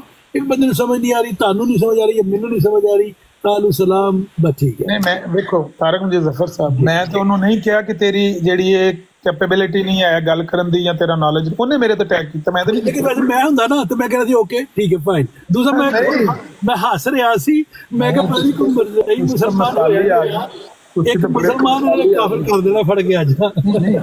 ਮਸਾਲੀ ਜੇ ਆਦਮੀ ਹੋ ਨਾ, ਅਸੀਂ ਤੇ ਸਮਝਦੇ ਹਾਂ ਕਿ ਅਗਰ ਕੋਈ ਬੰਦਾ ਇਸ ਤਰ੍ਹਾਂ ਦੀ ਗੱਲ ਕਹਿੰਦਾ ਹੈ ਤੇ ਜਾਂ ਤਾਂ ਸਾਡੇ 'ਚ ਕੋਈ ਕਾਣ ਹੋਵੇ ਤੇ ਅਸੀਂ ਆਖੀਏ ਨਾ ਵੀ ਸਾਡੇ 'ਚ ਕੈਪੇਬਿਲਿਟੀ ਨਹੀਂ। ਇਨਸ਼ਾਅੱਲਾ ਕਾਨੂੰਨ ਨੂੰ ਵੀ ਜਾਣਦੇ ਹਾਂ, ਕਾਨੂੰਨ ਦੀ ਹਮਾਇਤ ਨੂੰ ਵੀ ਜਾਣਦੇ ਹਾਂ, ਕਾਨੂੰਨ ਨੂੰ ਫੁੱਲ ਸਪੋਰਟ ਕਰਨੇ ਆ। ਆਇਨੇ ਪਾਕਿਸਤਾਨ ਦੇ ਅਸੀਂ ਦਾਈ ਹਾਂ, ਮੁਬਲਗ ਹਾਂ। ਜਿਹੜਾ ਬੰਦਾ ਉਹਦੇ ਖਿਲਾਫ ਗੱਲ ਕਰੇ ਅਸੀਂ ਉਹਨੂੰ ਆਰਗੂਮੈਂਟ ਨਾਲ ਖਾਮੋਸ਼ ਕਰਵਾ ਸਕਦੇ ਹਾਂ। ਕਾਨੂੰਨ ਦੇ ਦਾਇਰੇ ਜਦੋਂ ਉਹ ਜ਼ਾਤੀਅਤ ਉਤਰੇਗਾ ਜਾਂ ਪੀਸ ਆਫ ਸ਼ਿਟ ਕਹਿ ਕੇ ਗਾਲਾਂ ਕੱਢੇਗਾ ਤੇ ਫਿਰ ਉਹਦਾ ਤੇ ਸਾਡੀ ਗੱਲ ਦਾ ਤਾਂ ਜਵਾਬ ਕੋਈ ਨਹੀਂ ਹੁੰਦਾ, ਦਲੀਲ ਦਾ ਜਵਾਬ ਸਾਡੇ ਕੋਲ ਹਰ ਇੱਕ ਦਾ ਹੈ। ਠੀਕ ਹੈ, ਚਲੋ ਅੱਲਾਹ ਤਾਲਾ ਫਜ਼ਲ ਕਰੇ। ਠੀਕ ਹੈ ਯਾਰ, ਗੱਲ ਦਾ ਜਵਾਬ ਸਾਡੇ ਕੋਲ ਹੈ, ਲੇਕਿਨ ਗਾਲ ਦਾ ਕਿਸੇ ਦੀ ਗਾਲ ਦਾ ਵੀ ਜਵਾਬ ਨਹੀਂ। ਜਿਹੜਾ ਤੁਸੀਂ ਅੱਗੇ ਆਏ ਹੋ ਪਹਿਲੇ, ਜੱਟ ਨਹੀਂ ਸੀ ਮੁਕਾਬਲਾ ਕਰਨ ਲੱਗੇ ਗਾਲਾਂ ਦਾ, ਉਹਦਾ ਸਾਡੇ ਕੋਲ ਅਸੀਂ ਉਹਨਾਂ ਨੂੰ ਕਹਿੰਦੇ ਤੁਸੀਂ ਆਪ ਕਰ ਲਓ ਮੁਕਾਬਲਾ, ਉਹਦਾ ਸਾਨੂੰ ਨਹੀਂ ਆਉਂਦਾ। ਅੱਛਾ ਚਲੋ ਬਰਹਾਈ ਠੀਕ ਹੈ, ਠੀਕ ਹੈ। ਹੁਣ ਮੈਂ ਬਸ ਥੋੜੀ ਦੇਰ ਬਹਿ ਸਕਦਾ ਵਾ ਤੇ ਮੈਂ ਬੈਠਾ। ਠੀਕ ਹੈ ਬੈਠੋ, ਈਜ਼ੀ ਲਓ, ਈਜ਼ੀ ਲਓ। ਉਹ ਮੈਂ ਤਾਂ ਤੁਹਾਨੂੰ ਬਾਰ-ਬਾਰ ਰੋਕਣ ਲੱਗਿਆ ਸੀ ਕਿ ਜਦ ਤੱਕ ਉਹਨਾਂ ਦੀ ਉਹ ਮੈਨੂੰ ਪਤਾ ਸੀ ਕਿ ਇਹਨਾਂ ਨੇ ਹੁਣ ਗਾਲਾਂ ਗਲੋਚ ਤੇ ਆ ਜਾਣ, ਮੈਂ ਕਿਹਾ ਉਹਨਾਂ ਨੂੰ ਗਾਲਾਂ ਗੋਲਾਂ ਕਰ ਲੈਂਦਾ ਤੇ ਫਿਰ ਤੁਹਾਡੇ ਨਾਲ ਗੱਲ ਕਰਾਂਗੇ। ਜੀ ਸੁਪਰ ਸਾਹਿਬ, ਕੌਣ ਸਾਹਿਬ ਉਹ ਤੇ ਕੀ ਗੱਲ ਕਰਨਾ ਚਾਹੁੰਦੇ? ਨਹੀਂ ਬਿਲਕੁਲ ਪੁਆਇੰਟ ਤੇ ਗੱਲ ਕਰਨੀ ਚਾਹੀਦੀ, ਪੁਆਇੰਟ ਦੇ ਨਾਲ ਜਵਾਬ ਮਿਲੇ ਤਾਂ ਬਿਹਤਰ ਹੁੰਦਾ। ਜੀ ਜੀ, ਜਿਹੜੀ ਗੁਫ਼ਤਗੂ ਹੋਈ ਤੁਸੀਂ ਸੁਣੀ, ਉਹਦੇ ਤੇ ਕੋਈ ਤੁਸੀਂ ਤਬਸਰਾ ਕਰਨਾ ਚਾਹੁੰਦੇ ਹੋ ਤੇ ਗੋ ਅਹੈਡ।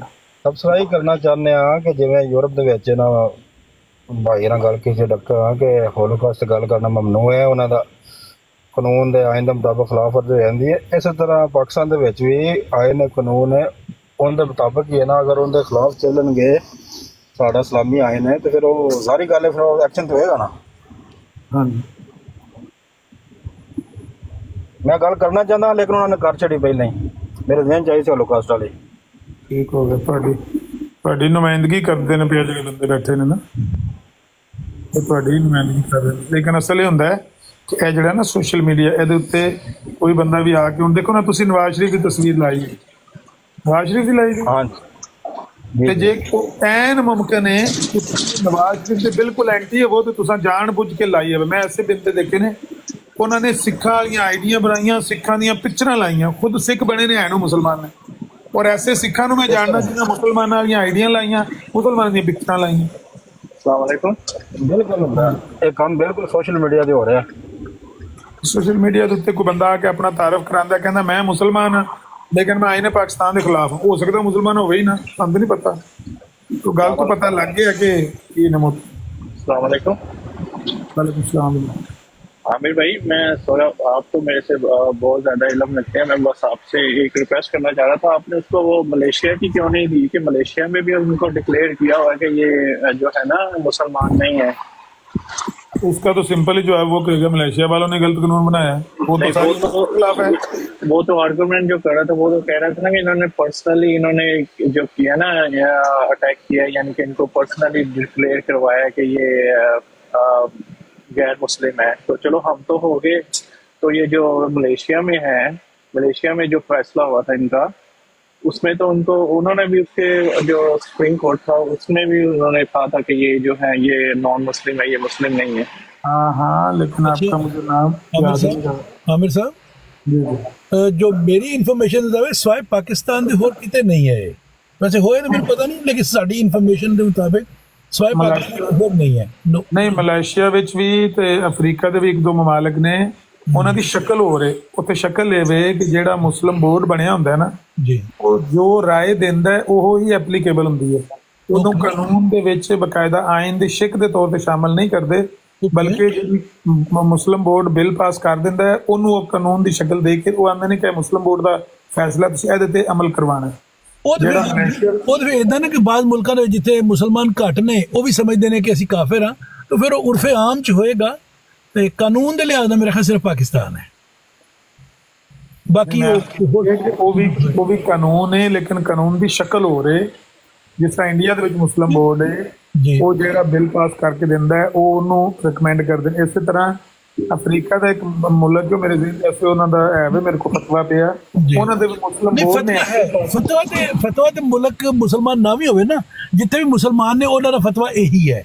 ਤੁਸੀਂ ਉਹ ਲਫ਼ਜ਼ ਫਤਵੇ ਤੋਂ ਤੁਸੀਂ ਇੱਕਦਮ ਉਹ ਜਿਹੜਾ ਨਾ ਟ੍ਰਿਗਰ ਕਰ ਗਏ ਉਹ ਲਫ਼ਜ਼ ਫਤਵੇ ਤੋਂ, ਮੈਨੂੰ ਪਤਾ ਹੈ, ਲੇਕਿਨ ਲਫ਼ਜ਼ ਫਤਵੇ ਤੋਂ ਮੁਰਾਦ ਇਹ ਵੇ ਕਿ ਜੋ ਮੁਸਲਿਮ ਬੋਰਡ ਦਾ ਫੈਸਲਾ ਹੈ, ਜੋ ਮੁਸਲਿਮ ਬੋਰਡ ਦਾ ਫਤਵਾ ਹੈ, ਰਾਏ ਵੇ, ਉਹ ਉਹਨਾਂ ਦਾ ਕਾਨੂੰਨ ਹੈ। ਓਕੇ। ਤੇ ਇੰਡੀਆ ਦੇ ਜਿਵੇਂ ਤੁਸੀਂ ਮਿਸਾਲ ਦਿੱਤੀ ਕਿ ਉੱਥੇ ਇਹਨਾਂ ਮੁਸਲਮਾਨ ਜਿਹੜੇ ਨੇ ਉਹ ਸਾਨੂੰ ਨਾਨ ਮੁਸਲਿਮ ਸਮਝਦੇ ਨੇ ਨਾ, ਤੇ ਉੱਥੇ ਦੀ ਗਵਰਨਮੈਂਟ ਸਮਝਦੀ ਹੈ? ਨਹੀਂ, ਗਵਰਨਮੈਂਟ ਤੇ ਮੁਸਲਮਾਨਾਂ ਦੀ ਹੈ ਹੀ ਨਹੀਂ, ਤੇ ਨਾ ਉਹਨਾਂ ਦਾ ਉਹ ਬਿੱਲ ਪਾਸ ਹੋਇਆ। ਮੈਂ ਉਹੀ ਕਹਿ ਰਿਹਾ ਨਾ ਕਿ ਮੁਸਲਮਾਨ ਜਿਹੜੇ ਉੱਥੋਂ ਦੇ ਨੇ ਉਹਦਾ ਫਤਵਾ ਵੀ ਇਹੀ ਹੈ, ਫਤਵੇ ਤੋਂ ਮੁਰਾਦ ਜੋ ਵੀ ਤੁਸੀਂ ਉਹ ਬੋਰਡ ਹੁੰਦਾ ਨਾ ਉਹਦਾ ਵੀ ਇਹੀ ਹੈ, ਲੇਕਿਨ ਹਕੂਮਤੀ ਸਤਹ ਤੇ ਨਹੀਂ ਹੈ।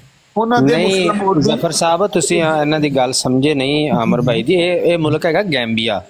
ਉਹਨਾਂ ਦੇ ਕਾਨੂੰਨ ਦੀ ਸ਼ਕਲ ਜਿਸ ਤਰੀਕੇ ਦੱਸ ਰਹੇ ਨੇ ਨਾ, ਉਹ ਇਸ ਤਰੀਕੇ ਦੀ ਪਾਕਿਸਤਾਨ ਇੰਡੀਆ ਵਾਲੀ ਨਹੀਂ ਹੈ। ਉਹਨਾਂ ਦਾ ਜਿਹੜਾ ਮੁਸਲਿਮ ਬੋਰਡ ਹੁੰਦਾ ਨਾ, ਉਹ ਉੱਥੋਂ ਦੀ ਗਵਰਨਮੈਂਟ ਦਾ ਹਿੱਸਾ ਹੁੰਦਾ ਵਾ, ਤੇ ਇਸ ਤਰੀਕੇ ਉਹਨਾਂ ਨੇ ਹਰ ਸ਼ੋਭਾ ਵਾਸਤੇ ਵੱਖਰੇ ਵੱਖਰੇ ਬੋਰਡ ਬਣਾਏ ਹੋਏ ਨੇ ਉਸ ਮੁਲਕ ਦੇ ਵਿੱਚ।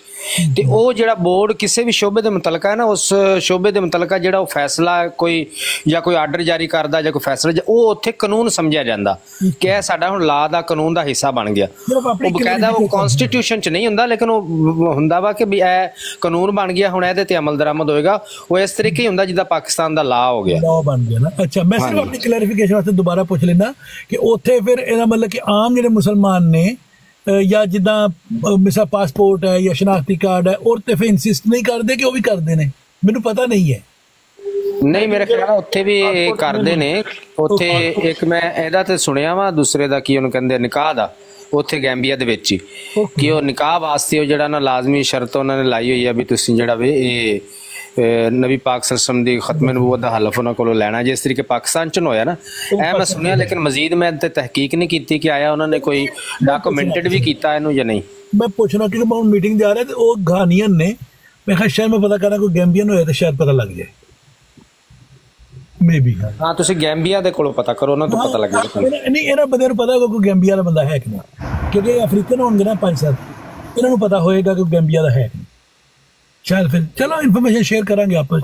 ਅਸਲ ਉਹਦੀ ਜਿਹੜੀ ਹੈ ਨਾ ਇਲਤ ਉਹਦੇ ਵਾਸਤੇ ਵੇ ਤਾਰਕ ਜ਼ਫਰ ਸਾਹਿਬ, ਕਿ ਜਿੱਥੇ ਹੁੰਦੀ ਹੈ ਨਾ ਇਹਨਾਂ ਦੀ ਤਾਦਾਦ ਜ਼ਿਆਦਾ ਤੁਹਾਡੇ ਗਰੋਹ ਦੀ, ਜਦੋਂ ਆਪਣੇ ਆਪ ਨੂੰ ਕੈਮੋਫਲਾਜ ਕਰਦੇ ਨੇ ਨਾ, ਤੇ ਫਿਰ ਇਸ ਤਰ੍ਹਾਂ ਦੇ ਕਾਨੂੰਨ ਬਣਦੇ ਨੇ ਕਿ ਨਿਕਾਹਨਾਮੇ 'ਚ ਦਰਜ ਕਰੋ, ਪਾਸਪੋਰਟ ਦੇ ਵਿੱਚ ਦਰਜ ਕਰੋ, ਤਾਂ ਕਿ ਆਇਡੈਂਟੀਟੀ ਹੋ ਜਾਏ। ਪਾਸਪੋਰਟ ਟਰੈਵਲ ਕਰਨ ਵਾਸਤੇ ਇੱਕ ਜ਼ਰੂਰੀ ਡਾਕੂਮੈਂਟ ਹੈ, ਉਹਦੇ ਤੋਂ ਉਹਨਾਂ ਨੂੰ ਦਰਜ ਕਰਨਾ ਪੈਂਦਾ ਤਾਂ ਕਿ ਸਾਊਦੀ ਵਾਲਿਆਂ ਨੂੰ ਪ੍ਰੋਬਲਮ ਨਾ ਬਣੇ। ਉੱਥੇ ਨਾਨ ਮੁਸਲਿਮ ਦਾ ਉਹ ਬੋਰਡ ਲੱਗਿਆ ਕਿ ਉਸ ਤੋਂ ਅੱਗੇ ਨਹੀਂ ਜਾ ਸਕਦੇ। ਉਹਦੇ ਤੋਂ ਇਲਾਵਾ ਪਾਸਪੋਰਟ 'ਚ ਲਿਖਣ ਦੀ ਹੋਰ ਕੀ ਜ਼ਰੂਰਤ? ਕੋਈ ਇੱਲਤ ਹੀ ਨਹੀਂ ਹੈ। ਤੁਸੀਂ ਬੇਸ਼ੱਕ ਆਪਣੇ ਆਪ ਨੂੰ ਜੋ ਮਰਜ਼ੀ ਸਮਝਦੇ ਫਿਰੋ। ਨਹੀਂ, ਅਗਰ ਵੈਸੇ ਇਹ ਪਾਕਿਸਤਾਨੀ ਗਵਰਨਮੈਂਟ ਨੇ ਸਾਊਦੀ ਗਵਰਨਮੈਂਟ ਵਾਸਤੇ ਕੀਤਾ ਹੋਏਗਾ ਮਦਦ ਵਾਸਤੇ? ਨਹੀਂ, ਜਿਹੜੇ ਕ੍ਰਿਸਚਨ ਨੇ ਉਹਨਾਂ ਦਾ ਵੀ ਪਾਸਪੋਰਟ ਦੇ ਉੱਤੇ ਖਾਨਾ ਬਣਾ ਕੇ ਅਗਰ ਨਾਨ ਮੁਸਲਿਮ ਡਿਕਲੇਅਰ ਕੀਤਾ ਹੈ, ਉਹ ਵਜ੍ਹਾ ਉਹਦੀ ਹੈ ਹੀ ਹੈ। ਅੱਛਾ, ਹੁੰਦਾ ਹਾਂਜੀ, ਸਿਰਫ ਹਰਮ ਵਾਸਤੇ, ਕਿ ਹਰਮ ਵਾਸਤੇ ਤੁਸੀਂ ਟਰੈਵਲ ਨਹੀਂ ਕਰ ਸਕਦੇ। ਅਗਰ ਤੁਸੀਂ ਨਾਨ ਮੁਸਲਿਮ ਹੋ, ਤੁਸੀਂ ਹਰਮ ਵਾਸਤੇ ਟਰੈਵਲ ਨਹੀਂ ਕਰ ਸਕਦੇ। ਲੇਕਿਨ ਸਾਊਦੀ ਗਵਰਨਮੈਂਟ ਫਿਰ ਬਾਕੀ ਮੁਸਲਮਾਨ ਗਵਰਨਮੈਂਟਸ ਕੋਲੋਂ ਕਿਉਂ ਨਹੀਂ ਕਰਦੀ ਕਿ ਚਲੋ ਵੀ ਸਾਨੂੰ ਦੱਸੋ ਉੱਥੋਂ ਵੀ ਨਾ ਆ ਜਾਣ? ਭਾਈ ਇਹੋ ਜਿਹਾ ਗਰੁੱਪ ਤਾਰਕ ਮਜੀਦ ਜ਼ਫਰ ਸਾਹਿਬ, ਤੁਹਾਡਾ ਗਰੁੱਪ ਦੂਸਰੇ ਕਿਸੇ ਮੁਲਕ ਵਿੱਚ ਇੰਨੀ ਤਾਦਾਦ ਵਿੱਚ ਨਹੀਂ ਹੈ ਜਿੰਨੀ ਤਾਦਾਦ ਪਾਕਿਸਤਾਨ 'ਚ। ਪਾਕਿਸਤਾਨ ਦੀ ਤੁਹਾਡੀ ਕਮਿਊਨਿਟੀ ਸਭ ਤੋਂ ਜ਼ਿਆਦਾ ਵੱਡੀ ਕਮਿਊਨਿਟੀ ਹੈ, ਯਾਨੀ ਬੰਗਲਾਦੇਸ਼ 'ਚ ਹੈ, ਇੰਡੋਨੇਸ਼ੀਆ 'ਚ ਬਹੁਤ ਹੈ, ਥੋੜੇ ਬੰਦੇ ਨੇ। ਬੰਗਲਾਦੇਸ਼ ਕਿੰਨੀ ਤਾਦਾਦ ਹੈ? ਚਲੋ ਠੀਕ ਹੈ, ਮੈਂ ਹੁਣ ਚਿੱਠੀ ਬਹਿਸ ਕਰਨੀ। ਮੇਰਾ ਕਹਿਣ ਦਾ ਮਕਸਦ ਹੈ ਥੋੜੇ ਹੋਣਗੇ, ਜੇ ਬਹੁਤੇ ਹੋਣਗੇ ਤਾਂ ਉਹਨੂੰ ਘਟਾਏਗਾ ਕੌਣ, ਕੋਈ ਮਸਲਾ ਨਹੀਂ। ਕਿਉਂਕਿ ਇਹ ਪਾਕਿਸਤਾਨ ਤੋਂ ਪ੍ਰੋਬਲਮ ਆ ਰਹੀ ਸੀ ਕਿ ਬੰਦੇ ਜਿਹੜੇ ਜਾਂਦੇ ਨੇ ਉਹ ਆਪਣੇ ਆਪ ਨੂੰ ਸ਼ੋਅ ਨਹੀਂ ਕਰਦੇ ਕਿ ਅਸੀਂ। ਲੇਕਿਨ ਵੈਸੇ ਇੱਕ ਨਾ ਇੱਥੋਂ ਮੈਨੂੰ ਮਿਲਿਆ ਵਾ ਸਰ ਇਫਤਖਾਰ ਨੂੰ, ਇੱਥੇ ਹੁੰਦੇ ਨੇ ਲੰਡਨ ਹੁੰਦੇ ਨੇ, ਤੇ ਉਹ ਵੈਸੇ 2 ਸਾਲ ਪਹਿਲੇ ਗਏ ਸਨ, ਤੇ ਉਹ ਉੱਥੋਂ ਦੀ ਸ਼ਾਹੀ ਜਿਹੜਾ ਹੈ ਵਾ ਨਾ ਮਹਿਮਾਨ ਸਨ, ਉਹਨਾਂ ਦਾ ਉੱਥੇ ਕਰਾਇਆ ਸੀ, ਉਹਨਾਂ ਨੇ ਹਜ ਕਰਾਇਆ ਸੀ। ਅਸਲ ਦੇ ਵਿੱਚ ਉਹ ਜਿਹੜੇ ਨੇ ਨਾ, ਉਹ ਜਿਨ੍ਹਾਂ ਦਾ ਤੁਸੀਂ ਜ਼ਿਕਰ ਪੇ ਕਰਦੇ ਹੋ, ਹਾਂਜੀ, ਉਹ ਅਸਲ ਦੇ ਵਿੱਚ ਉਹਨਾਂ ਨੂੰ ਵੀ ਇਸ ਤਰ੍ਹਾਂ ਹੀ ਕਿਸੇ ਨੇ ਸ਼ਾਹੀ ਮਹਿਮਾਨ ਦੇ ਤੌਰ ਤੇ ਬੁਲਾਇਆ ਹੈ। ਲੇਕਿਨ ਹਕੀਕਤ ਇਹ ਵੇ ਕਿ ਉਹਨਾਂ ਦਾ ਅਗਰ ਗੌਰਮੈਂਟ ਨੂੰ ਪਤਾ ਹੋਵੇ ਕਿ ਇਹ ਬੰਦਾ ਅਕੀਦੇ ਦੇ ਲਿਹਾਜ਼ ਨਾਲ ਆਇਆ ਵੇ, ਜਿਹੜੇ ਇਫਤਖਾਰ ਸਾਹਿਬ ਨੇ, ਇਫਤਖਾਰ ਸਾਹਿਬ ਜ਼ਿਆਦਾ ਜ਼ਰੂਰੀ ਨੇ ਹਜ ਕਰਨ ਵਾਸਤੇ ਜਾਂ ਮਿਰਜ਼ਾ ਮਸਰੂਰ ਸਾਹਿਬ ਜ਼ਿਆਦਾ ਜ਼ਰੂਰੀ ਨੇ? ਨਹੀਂ, ਉਹ ਬੈਠੀ ਅਗਰ ਤੁਸੀਂ ਕਹਿੰਦੇ ਨਾ ਕਿ ਉਹਨਾਂ ਦਾ ਪਤਾ ਨਹੀਂ ਹੋਏਗਾ, ਇਹ ਗਲਤ ਹੈ। ਬਾਕੀ ਠੀਕ ਹੈ, ਅਗਰ ਮੇਰੀ ਗੱਲ ਜਾਣਾ ਜਾਂ ਨਹੀਂ ਜਾਣਾ, ਅਗਰ ਸਾਊਦੀ ਗਵਰਨਮੈਂਟ ਨੂੰ ਪ੍ਰੋਬਲਮ ਨਾ ਹੋਵੇ ਜਾਂ ਸਾਊਦੀ ਗਵਰਨਮੈਂਟ ਜਿਹੜੀ ਉਹ ਇਹਨਾਂ ਨੂੰ ਅਲਾਉ ਕਰਨਾ ਚਾਹੁੰਦੀ ਹੋਵੇ, تو سب تو پہلے مرزا مسرور نو کرے گی یا انہوں گل سنو ویسے گل سنو میں پرسنلی اللہ کے فضل نال جا سکنا کوئی مسئلہ نہیں ہے لیکن میں نہیں جانتا بہت سارے بندے جا سکتے ہیں جنہوں کو کینیڈین امریکن لیکن میں نہیں جا رہا صرف اس تو کہ پابندی ہے تو ٹھیک ہے پابندی سے یوکے پاسپورٹ تے یورپین پاسپورٹ تے بہت سارے بندے گئے نے تواڈے میرے کو ہے میں نہیں جاتا میں نہیں جا رہا واقعی میری وائف نے کئی باری کیا میں کہنا اچھا یار نہیں حال ہی نہیں میں کلیئر بھی نہیں گل کر رہا لیکن میں کہنا کہ جے مینوں نیت دا ثواب مل جائے گا مینوں کی چاہیے یہ تہاڈا ذاتی اپنے واسطے کرائے نے تہاڈے ساتھی دوجے سارے جاندے نے تقریباً ہے جن یورپ وچ جاندے نے بہت جاندے بے شمار نے بلکہ نہ صرف جاندے نے 2-3 تے ایسے نے جنہاں اوتھے جا کے حرم چ ویڈیو بنائیاں نے اور میرا میں نام لے کے نا ساڈا بھئی عمر نذیر اے ویکھ اسی حرم چ آئے ہیں کئیاں نے پھر فون بھی ایک دو نے بلکہ فون کیتا میں نہیں کرنا چاہیے غلط ہے ابھی شرارت کر رہے آئے ہیں تے جو ہوندا کر لو شرارت نہیں کرنی چاہیے اچھا ایک ساتھی نے گل کرنی ہے نور القرآن صاحب مائک کھولو کر لو گل نور القرآن تسی تھلے میسج کر رہے سی کوئی گل کرنا چاہیے السلام علیکم عامر صاحب آپ ایک ننگی تلوار ہے ہمارے لیے تو الحمدللہ کہ قادیانیوں کے لیے آپ ننگی تلوار ہیں الحمدللہ میں مسلمان ہوں میں نے سوری اب ہمارے لیے کہہ رہا ہوں ہماری طرف سے ایک نا قادیانیوں کے لیے ننگی تلوار ہے تو امریکہ کی جو گورنمنٹ ہے وہ منع کرے تو وہ ٹھیک ہے اور اگر پاکستان کوئی کہے تو وہ گل صاحب کو وہ یہ قانون غلط لگ رہا ہے ہماری طرف سے ٹھیک ہے بات یہ ہے کہ جو لال مسجد کی بات آپ نے کی تھی اس نے بات کی کہ وہ چیلنج کر رہے تھے ریاست کو تو ایسے جو ہمارے اسٹوڈنٹ ٹرین پہ جا رہے تھے جو قادیانی پمفلٹ بانٹ رہے تھے ان کے اوپر بھی تو انہوں نے ظلم کیا تھا اسٹوڈنٹ کے اوپر تو وہاں پہ مطلب ہے وہ ریاست کو چیلنج نہیں تھا لال مسجد والے بچے صرف چیلنج کر رہے تھے صرف گل صاحب کے پاس کوئی بات نہیں تھی صرف ٹائم ویسٹ کر رہے تھے جو کہ ہم سب بیٹھ کے سن رہے تھے تو خیر اللہ آپ کا بھلا کرے آپ نے اچھے جواب دیے ان کو اور ویسے ہی مطلب ہے میں بھی چاہ رہا تھا کہ میں بھی اپنی طرف سے گل صاحب کے جب سارے تلوار قمیض اتر گئی ہے سارے کپڑے اتر گئے ہیں تو گل صاحب کو گالوں گلوچ کے ایسے ہی بالکل صحیح فرمایا بہت شکریہ ویلکم اسسٹنٹ سرجن صاحب عثمان بٹ صاحب رانا صاحب اب بھائی میں ایک بات بس ایڈ کرنا چاہوں گا جب اس نے بولا تھا کہ ویسٹرن کا پریشر ہوتا ہے تو 1974 میں ویسٹرن کدھر تھا تب پریشر نہیں تھا ہم پہ جب ہم نے ان کو اقلیت قرار دیا تھا نان مسلم ڈکلیئر کیا تھا تب ویسٹرن والے مرے ہوئے تھے یہ گل صاحب کو لاجواب ہو جاتا ہے نا تو اس طرح کی گھسی پیٹی باتیں تب کرتا ہے جب اس کے پاس کوئی جواب نہیں رہ جاتا نا تو پھر اس طرح کی باتیں کرتا ہے سیدھی بات ہے وہ اس کو بالکل اکنالج بھی نہیں کرنا چاہتا کہ پاکستان کی گورنمنٹ ان کی مذہبی عبادت گاہوں کے باہر کھڑی ہو کے ان کو پروٹیکٹ کرنے کی پوری کوشش کرتی ہے جتنے وسائل ہیں چلو کہیں تھوڑی کرتی ہے زیادہ کرتی ہے لیکن قانوناً وہ پروٹیکشن ان کا رائٹ ہے کہ وہ بھلے اندر بیٹھ کے مرزا غلام احمد قادیانی کا بت رکھ کے اسے پوجا بھی کر رہے ہو نا تو بھی پنجاب پولیس نے ان کے دروازے کے باہر کھڑے ہو کے ان کو پروٹیکٹ کرنے کی کوشش کرنی ہے ان کا رائٹ ہے پروٹیکشن کیونکہ اس ملک کے شہری ہیں تو وہ کرتی بھی ہے لیکن جب بندہ لاجواب ہو جاتا ہے پھر کہتا ہے نہیں آپ کی گورنمنٹ اس لیے کرتی ہے کیونکہ مغرب کا پریشر ہے بس آپ یہ سمجھیں کہ بس بندے کے دانے پہنچ گئے ہیں بات کرنے والی رائے کوئی نہیں گئی السلام علیکم مجھے موضوع تو نہیں پتا کہ کس موضوع پہ بات چل رہی ہے اور کس پر بات ہوئی ہے پہلے لیکن میں ابھی تھوڑا سن کے اندازہ ہی لگا رہا ہوں لیکن اندازہ لگانے میں پایا کوئی شاید کوئی لبرل کوئی سیکولر بندہ ہے اسی طرح کرتا ہے اس کو ایسے امر بھائی ایک بات اور یہ طاہر مجید صاحب نے ایک بات کی تھی کہ آپ نے بھی اس کو ایڈ کیا تھا کہ یورپین پاسپورٹ پہ اور امریکن کینیڈین پاسپورٹ پہ یہ لوگ حرم پاک میں جا سکتے ہیں تو یہ ایک گورنمنٹ آف سعودی عربیہ یہ کیوں نہیں قانون پاس کرتی کہ ایسے لوگ نہ آ سکیں اس کے لیے ہم کوشش کر رہے ہیں میرے بھائی نے لکھ کے باقاعدہ مجھے دی تھی عربی میں وہ ای میل کہ آپ ان کی جو سعودی ایمبیسیز ہیں نا یہاں پر جو ان کو عمرے کے لیے یا وہ حج کے لیے ریکگنائز کرتی ہیں उनको ये बताएं कि ये बंदे जो हैं पाकिस्तान से ट्रैवल करके यहाँ आए हुए हैं, इनको इस तरीके से, जिस तरीके से पाकिस्तान की गवर्नमेंट टैकल करती है, आप भी अपनी एम्बेसी में अपनी गवर्नमेंट से पूछ के कोई ऐसा हल्फनामा या कोई जो भी स्टाम वगैरह तैयार करें, हल्फिया इकरारनामा, जिससे आपको पता चल जाए कि ये वो नॉन मुस्लिम हैं जिनको आपका मुस्लिम बोर्ड भी वहाँ पर नॉन मुस्लिम ही मानता है। तो ये हरम में जाते हैं, बावजूद इसके अभी भी मैंने 2-3 दफ़ा इनको चैलेंज भी किया है कि जो कादियानी खुद को समझता है ना कि वो बड़ा पैंच है, वो जब हरम में जाए मुझे अपने पासपोर्ट की या टिकट की फोटोकॉपी भेज दे और होटल की बुकिंग भेज दे, फलाम बुकिंग। अगर मैं उसके पासपोर्ट पर सुरख मोहर लगवा के उसको 10 साल के लिए बैन ना करवाऊं तो मैं जुर्माना दूंगा। बताओ तो सही कि मैं गया हूँ, ये मेरी रहायश है, मैं फलां होटल में रहता हूँ और मैं आया हुआ हूँ। चोरी छुपे जाना कौन सी बात है? चोरी छुपे तो कोई यूरोप का क्रिश्चियन और वो यहूदी भी जा सकता है, अपनी आइडेंटिटी छुपा के कोई भी जा सकता है। इमरान माइक म्यूट कर ले, मलक इमरान माइक म्यूट कर लो। Okay okay okay okay okay. शोर आ रहा है ना। अस्सलामु अलैकुम व रहमतुल्लाहि व बरकातुहू।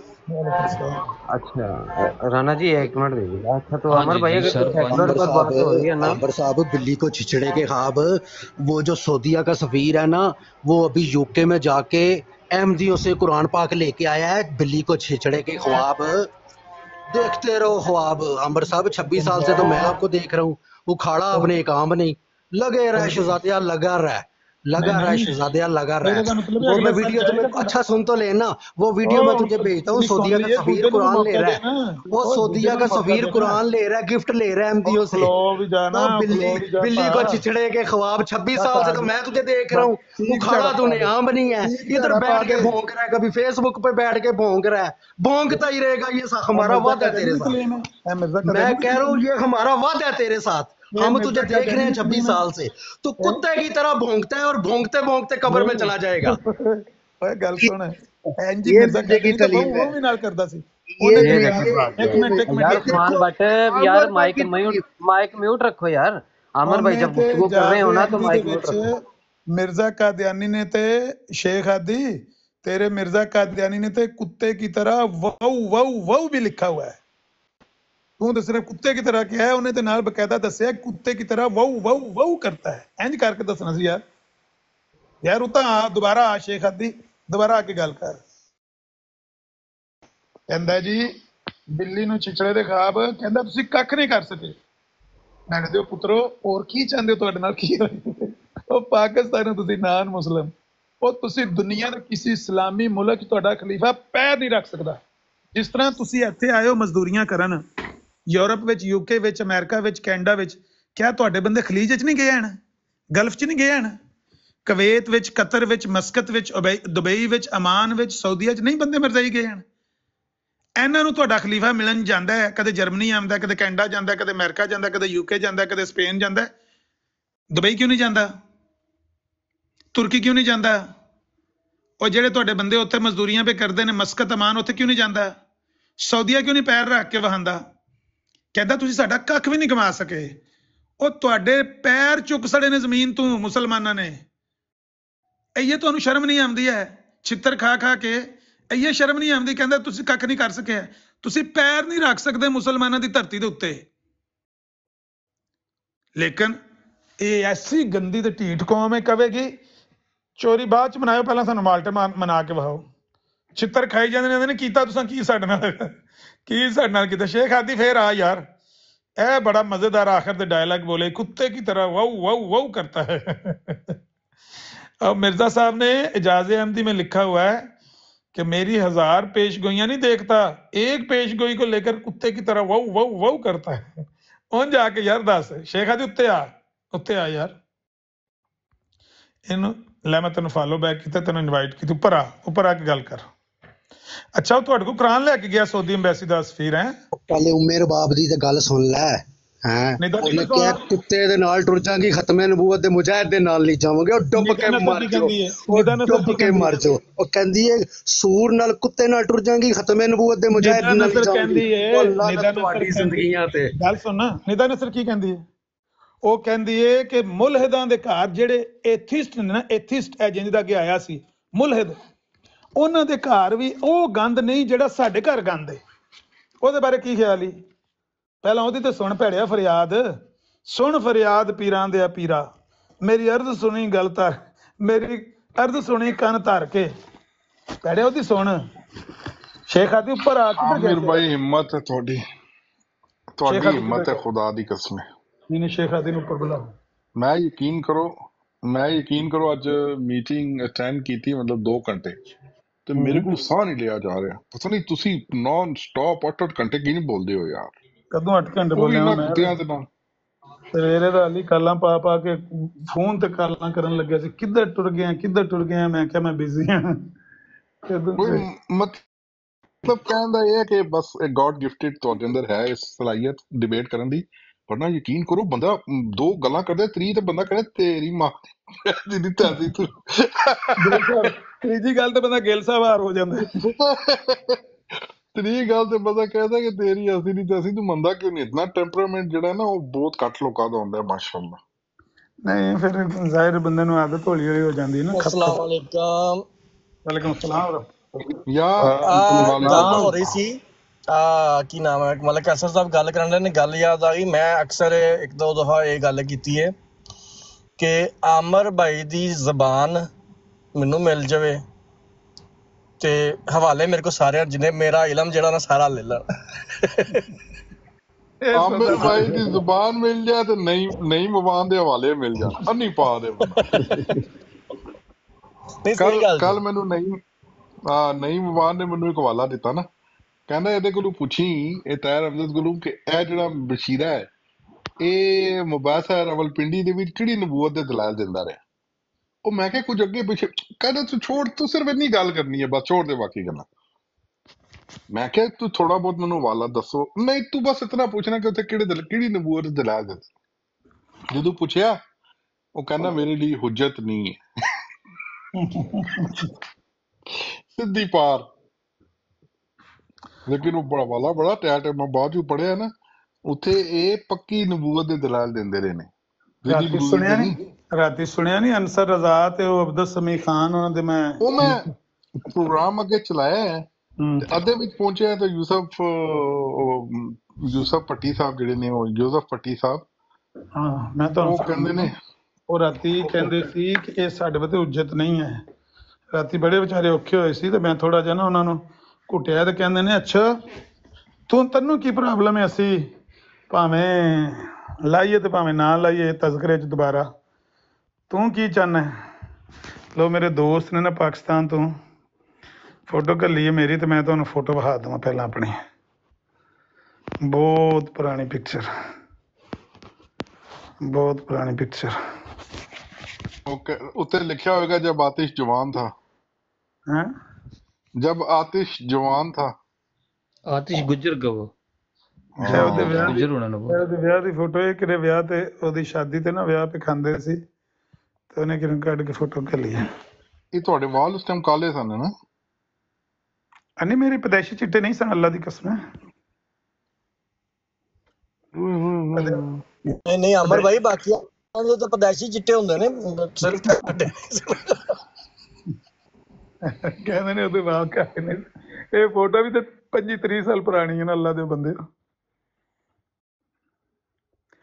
ਅੱਛਾ ਮੈਂ ਤੁਹਾਨੂੰ ਇਹ ਜਿਹੜੇ ਗੁਜਰ ਹੁੰਦੇ ਨੇ ਮੁੱਛਾਂ ਛੁੱਛਾਂ ਰੱਖਦੇ ਨੇ, ਕੋਈ ਮਤਲਬ ਜਿਹੜਾ ਨਾ ਮੁੱਛਾਂ ਤਾਂ ਉਹਨਾਂ ਦੀਆਂ ਬੜੀਆਂ ਵੱਡੀਆਂ ਹੁੰਦੀਆਂ। ਅਸਲ 'ਚ ਮੇਰੀਆਂ ਮੁੱਛਾਂ ਐਨ ਬੜੀਆਂ ਭੈੜੀਆਂ ਨੇ, ਮੈਂ ਤਾਂ ਨਹੀਂ ਰੱਖਦਾ, ਸਿੱਧੀਆਂ ਬਾਹਰ ਆਉਂਦੀਆਂ ਨੇ। ਉਹਨਾਂ ਨੂੰ ਮੇਰੇ ਜਿਹੜੇ ਵਾਲ ਨੇ ਨਾ ਸਾਡੇ ਖਾਨਦਾਨੀ ਉਹ ਸਖਤ ਨੇ, ਯਾਨੀ ਮੁੱਛਾਂ ਦੇ ਵਾਲ ਸਖਤ ਨੇ ਬਹੁਤ। ਉਹਨਾਂ ਨੂੰ ਨਾ ਉਹ ਅੱਗੋਂ ਟਰਨ ਕਰਨਾ, ਕਈਆਂ ਬੰਦੇ ਨੇ ਨਰਮ ਹੁੰਦੇ ਨੇ ਤੇ ਉਹ ਮੁੱਛਾਂ ਨੂੰ ਤਾਸ਼ਾ ਦੇ ਲੈਂਦੇ ਨੇ। ਲਓ ਜੀ ਸੁਣਨੀ ਜੇ ਗੱਲ ਸਾਹਿਲ ਭਾਈ? जी आंदे हो। और आप इस वक्त हमारे साथ लाइव हैं। अस्सलाम वालेकुम वरहमतुल्लाहि वबरकातुहू। आपको आस्क इस्लाम में खुशामदीद, और आपका जो सवाल है अब आप वो सवाल पेश कर सकते हैं। वालेकुम सलाम रहमतुल्लाहि वबरकातुहू। जी मेरा सवाल तो वैसे है, लेकिन अगर इजाजत दें तो कमेंट भी कर लूं। जो अंसर रजा साहब बात कर रहे थे इस पर कमेंट की भी इजाजत है? जी आप बहुत क्विकली कीजिए। हाँ क्विकली मैं कमेंट करूंगा कि मिर्जा साहब ने जो ईसाइयों के खिलाफ खिदमात अंजाम दिए हैं, सर अंजाम दिए, उनमें बड़ा जो इनका कारनामा है वो अब्दुल्ला आतम से मुनाजरा है, जिस मुनाजरे के बाद मिर्जा साहब का अपना साला ईसाई हो गया था। यूसुफ पठान जो इनका सफीर बना के भेजा था वहां पर शराइत तय करने के लिए डॉक्टर मार्टिन क्लार्क की कोठी में, वो ईसाई हो गया था। फिर बाद में ये मुफ्ती सादिक साहब का बेटा ईसाई हो गया था। जंडियाले के वो लोग जिन्होंने इनको अपनी तरफ से मुनाजर खड़ा किया था वो भी सारे, मुंशी इस्माइल वगैरह भी सारे ईसाई हो गए थे। उसमें लिखा हुआ है मिर्जा साहब की किताबुल बरिया में। तो ये तो इनकी कारकर्दगी है। लेकिन बहरहाल मैं सवाल ये करना चाहता हूँ कि मिर्जा साहब ने एक डॉक्टर अब्दुल हकीम पटियालवी को अपना इल्हाम पेश किया था उनके खतूत में, और वो ये था कि खुदा ताला ने मेरे पर जाहिर किया है कि जिसको मेरी दावत पहुंची है और अगर उसने मुझे कबूल नहीं किया तो वो मुसलमान नहीं है। ये मार्च 1906 का इल्हाम था, और ये वो इल्हाम था जो कलमातुल फसल में भी दर्ज है, और लाहौरियों को खामोश करवाया गया ये कहकर, जब तकफीर का इख्तलाफ था इनके और उनके दरमियान में, तो लाहौरी इस बात के कायल नहीं थे कि मुसलमानों की तकफीर की जाए, लेकिन ये बजिद थे तो इन्होंने मिर्जा साहब का ये इल्हाम उनको पेश किया था। लेकिन 2022 के जो तज़किरा के एडिशन से ये निकाल दिया गया है ये कहकर कि रवायत और दरायत इसकी तसल्ली बख्श नहीं है, जबकि इसी इल्हाम की बिना पर लाहौरियों को खामोश करवाया गया। अब 2022 से ये क्यों निकाला गया है तज़किरे के एडिशन से, ये मेरा सवाल है। ठीक है, आपका सवाल आ गया है जी। मैं पहले आता हूँ अब्दुल समी खान साहब की तरफ। ये पहली बात जो इन्होंने फरमाई आमिर मेरे सामने हमारे मेहमान हैं, वो हमारे रास्त हमारे मौजूद से तो ताल्लुक नहीं है। अब्दुल्ला आथम का इन्होंने पेश किया है वाक़या, लेकिन ये भूल गए हैं कि बुनियाद मिर्जा साहब ने इस बात पर रखी है कि ईसा अलैहिस्सलाम जो ईसाइयों के नज़दीक खुदा हैं, खुदा के बेटे हैं। हज़रत मिर्जा साहब का सबसे बड़ा कारनामा यह है कि उन्होंने मसीह की वफात का ऐलान किया, और वाक़या यह है कि ईसाई कहते हैं कि यहूदियों ने सलीब पर उनको चढ़ाया, उसके बाद वो मर गए। और सबसे बड़ा मिर्जा साहब का कारनामा यह है कि मिर्जा साहब ने मसीह की वफात का ऐलान किया है। वड़ैच साहब ऐलान अगे कोई नहीं किसे कीता, मिर्जा साहब तो पहले सर सैयद अहमद खान ने ऐलान किया है। मैं थोड़ी देर ਨੂੰ ਠਹਿਰ ਕੇ ਜਵਾਬ ਦੇਣਾ, ਮੈਂ ਥੋੜਾ ਜਿਹਾ ਬਿਜ਼ੀ ਹਾਂ। ਅੱਛਾ ਤੇ ਮੈਂ ਤੁਹਾਨੂੰ ਵੇਖ ਕੇ ਰੋਕ ਦਿੱਤਾ, ਮੈਂ ਕਿਹਾ ਵੀ ਤੁਸੀਂ ਬਈ ਆਂਦੇ ਸੁਣਾਓ ਮੈਂ ਮਜ਼ਾ ਆ ਰਿਹਾ ਸੁਣਨ ਦਾ। ਅੱਛਾ ਮੈਂ प्ले कर देना, मैं क्या बड़ा कुछ गल करनी है। फिर वो तीन दिन जहन्नम में रहे और आसमान पर चले गए। हज़रत मिर्जा साहब ने आके कुरान शरीफ से और हदीस से, तारीख से, सीरत से, हिंदुस्तान की तारीख से, बुद्ध मजहब की किताबों से, तिब की किताबों से ये सारा साबित किया है। उसकी तफसील में इस वक्त जाने का मौका नहीं कि हज़रत मसीह अलैहिस्सलाम सलीब पर चढ़ाए गए, फिर अल्लाह ताला के खास फजल से वो सलीब से उतारे गए, उनका इलाज किया गया, वो सेहतयाब हो गए, वो कश्मीर में तशरीफ लाए और यहाँ आकर उन्होंने वफात पाई। अगर ये बात दुरुस्त है कि ईसाईयत का अकीदा गलत है और मसीह अलैहिस्सलाम सलीब पे बच गए हैं, तो यकीन कीजिए ईसाईयत का कुछ भी नहीं बचता। और शायद आपको मालूम हो कि कुछ अरसा पहले कफन मसीह का जिक्र बड़ा चला था, अब ईसाई पादरियों ने उसको पॉप के हुक्म पर छुपा दिया है, वो उसका ज्यादा नहीं करते। उस कफन मसीह पर जो भी रिसर्च हुई है वो भी ये बताती है कि ये कफन फलस्तीन के कपड़े का बनाया गया है जो इस वक्त रोम में महफूज है, और उसमें जो आदमी लेटा हुआ था वो यहाँ का नहीं है, वो फलस्तीन के इलाके का है। और उस पर जो तस्वीर उसके नेगेटिव की शक्ल में आ गई, वो तस्वीर भी बायन ही उस तस्वीर से मुशाबे है जो मसीह के पुराने मुजस्मे बनते चले आ रहे हैं, जिनका हुलिया बयान किया जाता है उसके मुताबिक। अगर हजरत मिर्जा साहब का ये दावा दुरुस्त है और जिस तरह जमात अहमदिया इसको बढ़ा रही है, कसरे सलीब के लिए जब हमने चैलेंज किया 1978 में लंदन में कि ईसाई पोप मुकाबले पर आए, जमात अहमदिया के इमाम ने बराह रास्त ये चैलेंज दिया तो सारे के सारे वापस चले गए और चर्च ने उसका जवाब तक ना भी गवारा नहीं किया और उस चैलेंज को कबूल नहीं किया। अगर मसीह अलैहिस्सलाम की वफात हो चुकी है तो ईसाईयत का कुछ भी बाकी नहीं रहता।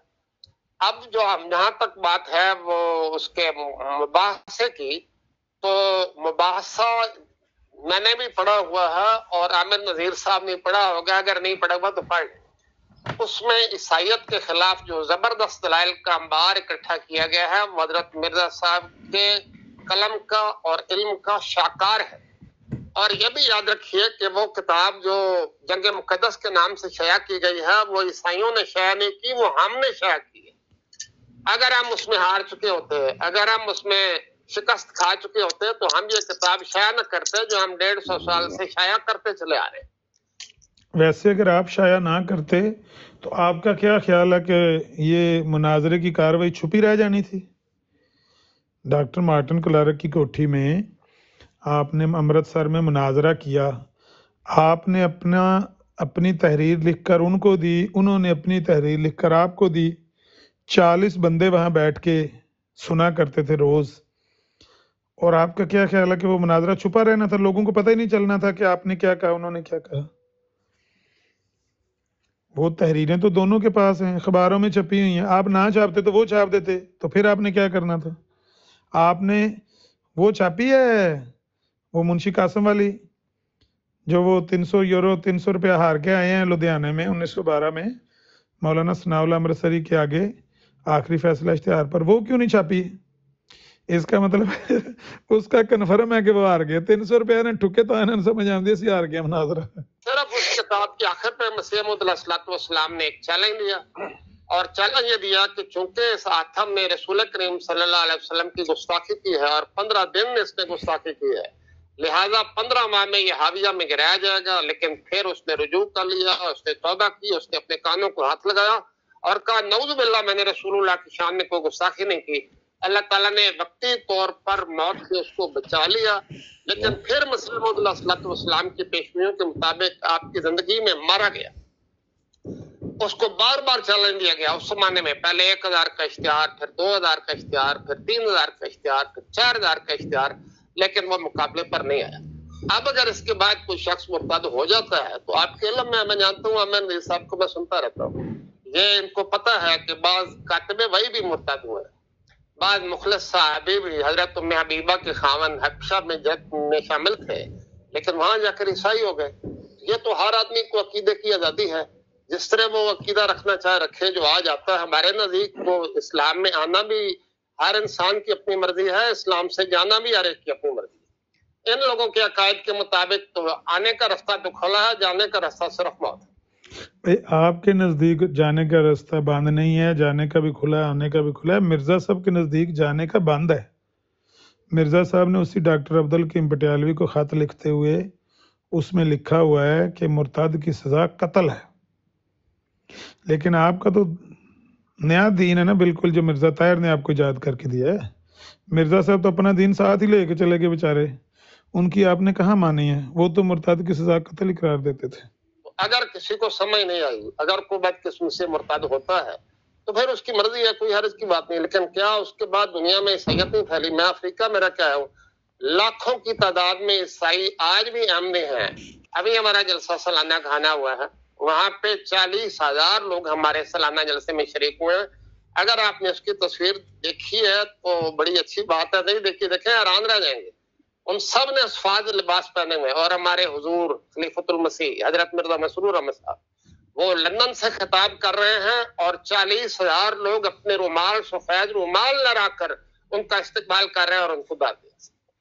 तो एक वक्ती वाक्य में हो सकता है चंद लोग मुर्तद हो जाए, मुझे उसमें कोई एतराज नहीं, हर आदमी का हक है। आप पता अब्दुल्ला बिन अबी सरा मुर्तद हो गया था, और भी आते रहते।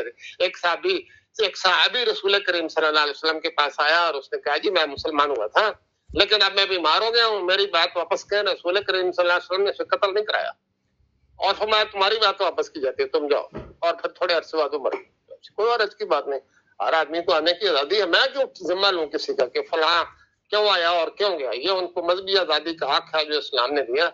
मसीह मऊऊद अलैहिस्सलाम की ये किताब आज भी छप रही है, दुनिया की मुतअद्दिद जुबानों में इसका तर्जुमा हो रहा है, और बहुत से लोग इसको पढ़कर, इसको सुनकर आज भी अहमदी हो रहे हैं। तो फिर हम कैसे कहें कि वासा नऊज़ुबिल्लाह नाकाम हो गया? और असल बात मैं आपको फिर बता रहा हूँ, असल बात ईसाइयत के लिए आपने फरमाया, खुदा से इल्म पाकर फरमाया कि मसीह को मरने दो, कैसे में इस्लाम की।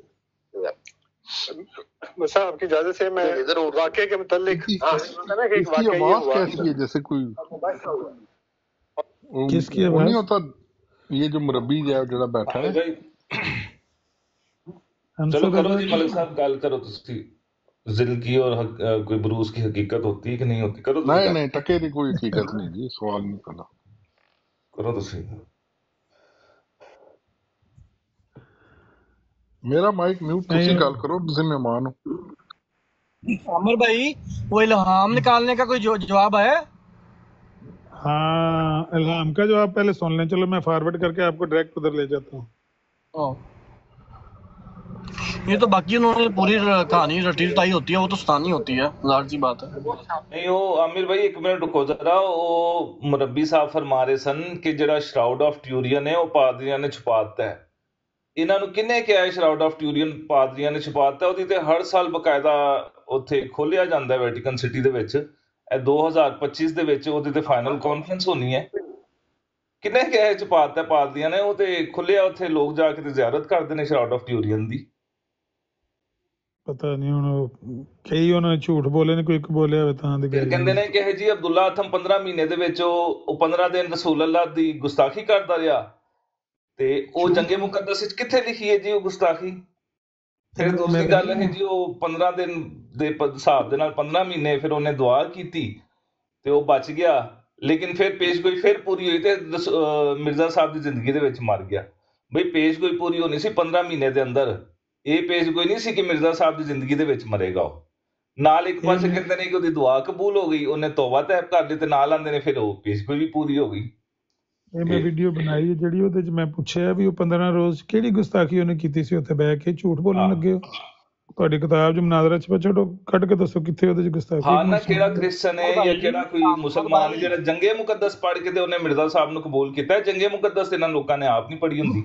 عامر بھائی مرزا صاحب نے جو ہے وہ عبداللہ اتھم سے مناظرہ کیوں کیا تھا؟ کیونکہ وہ سمجھتے تھے کہ عیسائیوں میں سب سے زیادہ شریف النفس یہی آدمی ہے، سلیم الفطرت اور شریف انسان یہی ہے سب سے زیادہ۔ ہاں جی، تو بعد میں گستاخی کرتا تھا۔ یہ عجیب ان کی منطقیں ہیں۔ ویسا بھی نہیں کیا، انہوں نے کہا کہ جی تم آسمان ہمارے اوپر گرا دو، عذاب۔ کالرز اور بھی ہیں۔ کیا میں موجود ہوں اسٹوڈیو میں یا مجھے پیچھے کر دیا گیا؟ نہیں آپ اسٹوڈیوز میں موجود ہیں آپ۔ اچھا نہیں سوری، مجھے لگا کہ میں نہیں، وہ میرے سوال کا جواب نہیں دیا، تذکرہ سے جو الہام نکالا ہے وہ کیوں نکال دیا؟ جی میں اس کا عرض کر دیتا ہوں عامر صاحب، وہ تذکرے میں جو الہام آیا تھا وہ واقعتاً درایت کی اور روایت کی ان شرائط کو پورا نہیں کرتا تھا۔ یہ تذکرہ کو مسیح موعود علیہ السلام نے مرتب نہیں کرایا۔ لو جی اے ہو گیا اے مننا، ویکھیو تسی مندا کنجے عبد السمی خان اے ہن انکار کیتا ہے نا، واقعتاً دی روایت درایت صحیح نہیں سی۔ تذکرہ پہلی دفعہ حضرت مسیح موعود علیہ السلام کی وفات کے بعد 1956 میں پہلی دفعہ مرتب ہوا ہے، اور اس کے بعد بھی اس میں اضافے ہوتے رہے ہیں۔ مختلف لوگ جو روایتیں بیان کرتے رہے ہیں ان کو چھانا پرکھا گیا ہے، درست ہے، تو بعد میں بعض روایتوں کے متعلق ثابت ہوا کہ پوری نہیں اترتی، لیکن اس کا جو مضمون ہے اگر آپ اس کا ذکر کر رہے ہیں جو القول المفصل میں درج کیا گیا تو ہمارے لیے کوئی مسئلہ نہیں۔ مسیح موعود علیہ السلام فرماتے ہیں جو اس کا منشا ہے، مسیح موعود علیہ السلام ساری عمر یہی کہتے رہے ہیں کہ مجھے نہ ماننے کے نتیجے میں رسول کریم صلی اللہ علیہ وسلم کے ایک حکم کا کوئی شخص انکار کرتا ہے، اس لیے وہ خدا کی نظر میں حقیقی مسلمان نہیں ہے۔ دنیا میں ہم اس کو کافر کہنے کے حقدار نہیں ہیں، کیونکہ جو شخص کلمہ پڑھتا ہے، لا الہ الا اللہ محمد رسول اللہ کہتا ہے، اپنے آپ کو مسلمان کہتا ہے، ہم نے اسے کافر نہیں کہا، نہ کہتے ہیں۔ ہم یہی کہتے ہیں نا کہ امت مسلمہ 73 فرقوں میں بٹ گئی، ایک فرقہ ہمارا تو باقیوں کا مسلمان نہیں کہہ رہے ہیں، نہ امت مسلمہ کہہ رہے ہیں۔ لیکن ہمارا عقیدہ یہ ہے کہ خدا کا مامور جب آ جائے، جب تک وہ نہیں آیا تھا سب برابر تھے، جب خدا کا مامور آ گیا اس کے بعد اس پر ایمان لانا ضروری ہے، جیسا کہ قرآن کریم کی ہدایت ہے۔ اب جو شخص جان بوجھ کر یہ اتمام حجت کے بعد اس کا انکار کرتا وہ خدا کی نظر میں سچا مسلمان نہیں ہے، ہم انہیں کافر نہیں کہتے، اللہ تعالیٰ کی نظر میں وہ کافر نہیں ہے۔ یہی ہمارا اس وقت بھی موقف تھا، آج بھی یہی موقف ہے۔ ہم تو خود کہہ رہے ہیں امت مسلم تو روز امت مسلمہ کے لیے دعائیں کرتے ہیں، ہم اپنے فلسطینی مظلوم بھائیوں کے لیے، دوسرے مسلمانوں کے لیے، تو ہم اسے مسلمان ہی کہتے ہیں کیونکہ اپنے آپ کو مسلمان کہتے ہیں۔ ہاں وہ مسیح موعود کے منکر ہیں، اور ہمارے علم کے مطابق وہ خدا کی نظر میں سچے مسلمان نہیں ہیں، کیونکہ انہوں نے خدا کے رسول کے کیسے حکم کا انکار کیا ہے جس کے متعلق رسول اللہ نے تاکیدی حکم دیا تھا، اور بلکہ اس سے بڑھ کر قرآن شریف نے خدا تعالیٰ کی طرف سے ہر آنے والے کو اگر وہ سچا ہے तो उसको मानने की बात की। थोड़ी सी अगर इजाजत दें तो मैं ये ऐड करना चाहता हूँ कि मिर्जा साहब ने इसी खत का जिक्र हकीकतुल वही में किया है। अगर आपने हकीकतुल वही में पढ़ा है, उसमें किसी साहिल ने यही सवाल करके पूछा था कि मिर्जा साहब तरियाकुल कुलूब वगैरह में तो आप लिखा करते थे कि आपके दावे के इनकार से कोई बंदा काफिर नहीं होता, लेकिन डॉक्टर अब्दुल हकीम पटियालवी को आपने खत में ये बात लिखी है कि जो बंदा आपको नहीं मानता वो मुसलमान नहीं है। तो पहली बात तो ये है कि वो रवायत और दरायत तो इतनी महकम है कि मिर्जा साहब ने खुद उसको एक साइल के सवाल की शक्ल में हकीकतुल वही में सवाल नंबर 6 के तौर पर नकल किया है। दूसरी बात यह है कि उसी सवाल के जवाब में मिर्जा साहब ने ये फरमाया है कि असल बात यह है जो मेरा इनकार करता है, जो मुझे नहीं मानता, वो खुदा और रसूल को भी नहीं मानता। अब जो खुदा और रसूल को नहीं मानता वो कैसे मुसलमान कहला सकता है? तो मिर्जा साहब ने तो उसका इनकार नहीं किया। हकीकतुल वही में अगर ये बात लिखी है मसीह मौद अलैहिस्सलाम ने, तो मैं उसको ऑन करता हूँ, मैं उसको तस्लीम करता हूँ। कर गया जी। वो जिस खत का हवाला दिया जा रहा है उसकी अपनी इबारत है, जो मजमून मसीह मौद अलैहिस्सलाम ने हकीकतुल वही बयान फरमाया, हकीकतुल वही को मैं तस्लीम करता हूँ। मसीह मौद अलैहिस्सलाम के हाथ से निकली हुई किताब है, हम उसके हर लफ्ज को कबूल करते हैं और उसके माने वही हैं जो मैंने आपको बता दिए हैं। वो जो आप कह रहे हैं कि वो मुसलमान नहीं है, उसका भी यही मतलब है कि जो मुझे नहीं मानता वो अल्लाह और उसके रसूल को भी नहीं मानता। ये वैसी बात है जैसे रसूल करीम सल्लल्लाहु अलैहि वसल्लम ने फरमाया, आपने बुखारी में वो हदीस पढ़ी हुई है, मन तरक सलात मुतअम्मिदन फक़द कफ़र।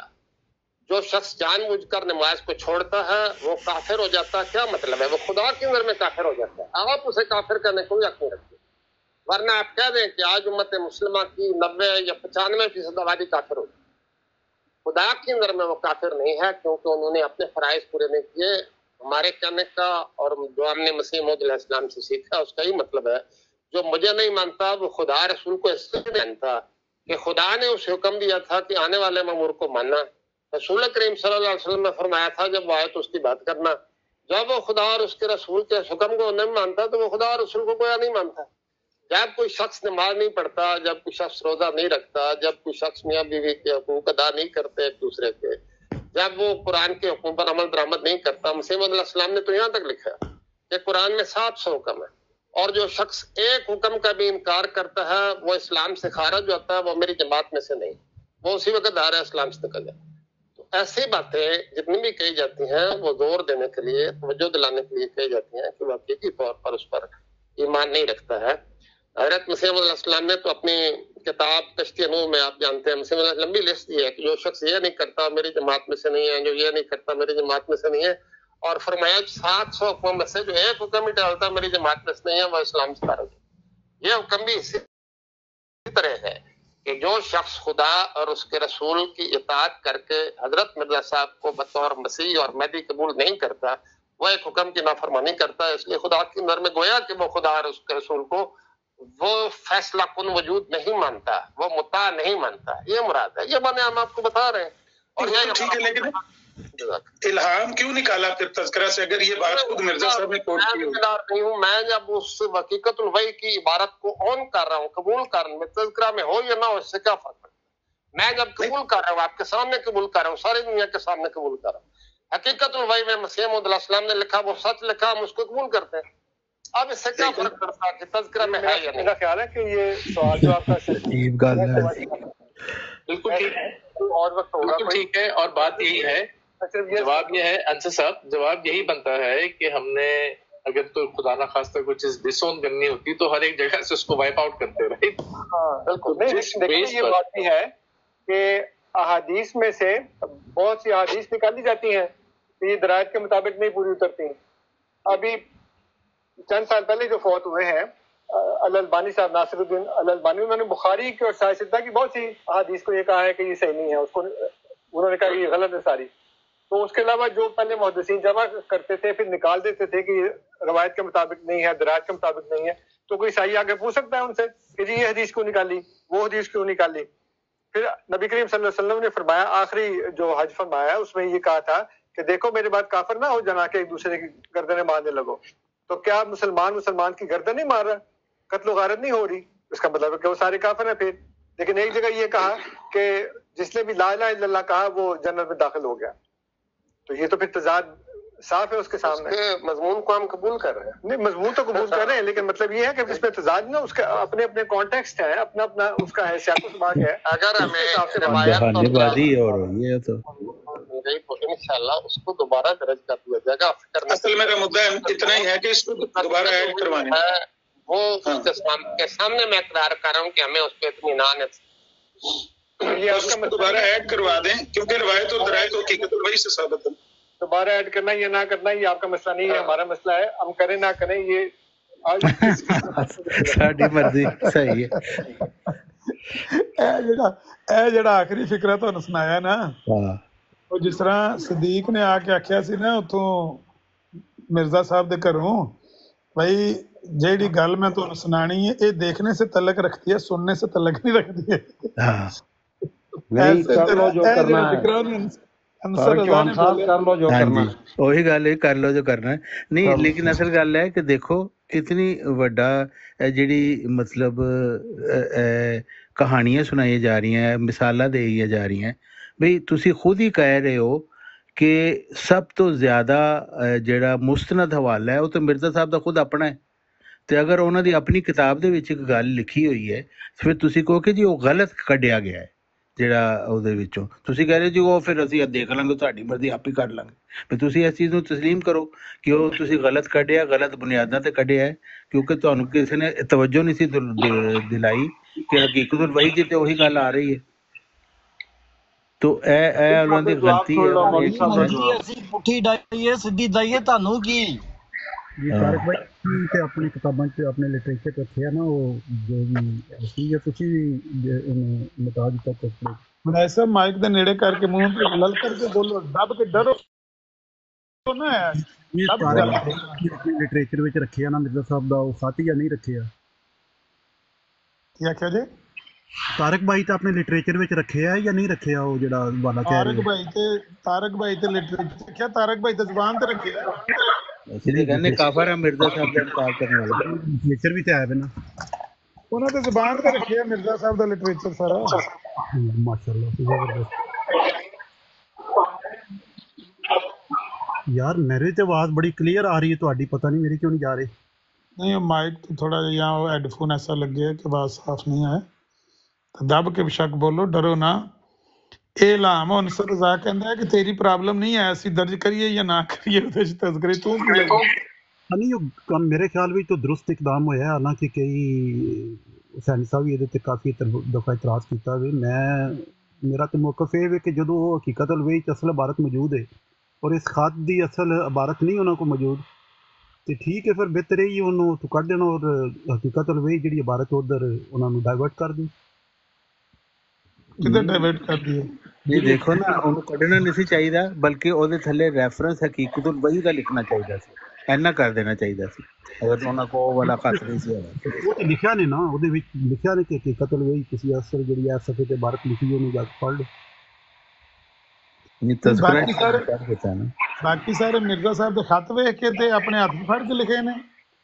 ਮੇਰਾ ਖਿਆਲ ਇਹ ਉਹਨਾਂ ਦੇ ਕੋਈ ਨਾ ਕੋਈ ਰੈਫਰੈਂਸ ਦੇਖਿਆ ਨਹੀਂ ਤੇ ਤਾਂ ਹੀ ਉਹ ਲਿਖੇ ਨੇ। ਇਹਦਾ ਕੋਈ ਰੈਫਰੈਂਸ ਨਹੀਂ ਲੱਭਾ ਤੇ ਫਿਰ ਉਹਨਾਂ ਇਹਦਾ ਰੈਫਰੈਂਸ ਤੇ ਮੈਂ ਤੇ ਉਹੀ ਦੱਸਿਆ ਕਿ ਸਭ ਤੋਂ ਮੁਹਕਮ ਦਲੀਲ ਹਕੀਕਤੁਲ ਵਹੀ ਦੀ ਹੈ, ਤੇ ਹਕੀਕਤੁਲ ਵਹੀ ਦੇ ਵਿੱਚ ਮਿਰਜ਼ਾ ਸਾਹਿਬ ਨੇ ਖੁਦ ਇੱਕ ਸਾਇਲ ਦੇ ਸਵਾਲ ਦੇ ਤੌਰ ਤੇ ਦਰਜ ਕਰਕੇ ਜਵਾਬ ਦਿੱਤਾ। ਬਲਕਿ ਹਕੀਕਤੁਲ ਵਹੀ ਚ ਪਹਿਲੇ ਜਿਹੜੇ 6 ਸਵਾਲਾਂ ਤੋਂ ਪਹਿਲੇ ਜਿਹੜੇ 5 ਸਵਾਲ ਨੇ ਉਹਨਾਂ ਚ ਵੀ 2-3 ਸਵਾਲ ਦੇ ਵਿੱਚ ਅਬਦੁਲ ਹਕੀਮ ਪਟਿਆਲਵੀ ਦੀ ਰੈਫਰੈਂਸ ਨਾਲ ਗੱਲ ਸਵਾਲ ਜਵਾਬ ਦਿੱਤੇ ਗਏ ਨੇ। ਔਰ ਉਹ ਉਸੇ ਖਤ ਦੇ ਵਿੱਚ ਕਲਮਤੁਲ ਫਸਲ ਨੂੰ ਬਣਾਇਆ ਗਿਆ ਬੁਨਿਆਦ, ਉਸੇ ਚੀਜ਼ ਨੂੰ।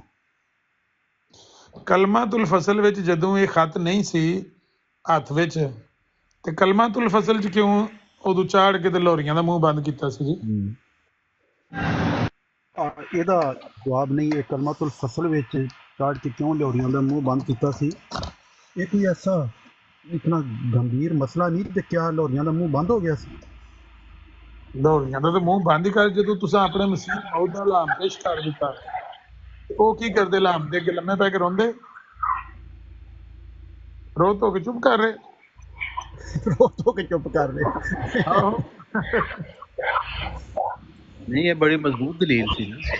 لیکن مرزا صاحب خود کہہ رہے ہیں کہ جی دعوت پہنچی انہوں نے نہیں منیا مسلمان نہیں، ظاہر ہے کہ وہ غیر مسلم ہے نا.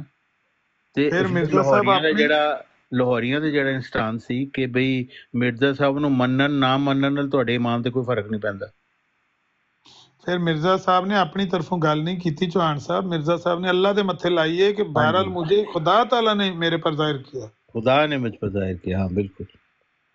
تے انہوں پھر لوری کی کر دیو دے گے لمے پیندے ظاہر لوری جواب نہیں سی ادا. پوچھنے کو خط کیڑی جگہ تے موجود ہے، لیکن تذکرہ پڑھ کے انہوں نے خود ہی لاہوریاں دا موقف جڑا درست ثابت کر دیتا کہ تہاڈی غلطی تھی اور صحیح ثابت. اچھی بات ہے، انہوں نے دیر آیت درست آیت. پہلے مرزا محمود صاحب کہہ رہے ہیں آئینہ صداقت جس نے مرزا صاحب کا نام بھی نہیں سنا وہ بھی دار اسلام سے خارج جو پکا کافر ہے. تے پھر منیر کمیشن چ کہہ رہے ہیں کہ جی نہیں انہوں نے منن نہ منن نہ کوئی فرق نہیں پیندا تہاڈی ایمان. تو پھر مرزا محمود صاحب بھی ایک جگہ نہیں نہ ٹکدے سی، کوئی بیان بدل لیندے سی. ادو پاکستانی سی نا بنیا جدو آئینہ صداقت لکھیا سی نا ادو مسلمانوں کا ملک نہیں سی بنیا تو جسٹس کھلوتے سی اس ویلے 3 کروڑ مغربی پاکستان 3 کروڑ مشرقی پاکستان کے مسلمان اکٹھا ہو کے بیٹھتے نہیں یہ پاکستان بڑھنے یا نہ بڑھنے کا تعلق نہیں ہوتا. پھر کہیں تبدیلی آئی ہے. پاکستان سے بننے والی تعلق ہے نا. آج بھی جماعت احمدیہ کے لوگ کہہ رہے ہیں کہ نہیں جی ہم تو ان کو کافر نہیں کہتے. مرزا محمود صاحب پہلے کہہ چکے ہیں. ایسا بڑا شور ہے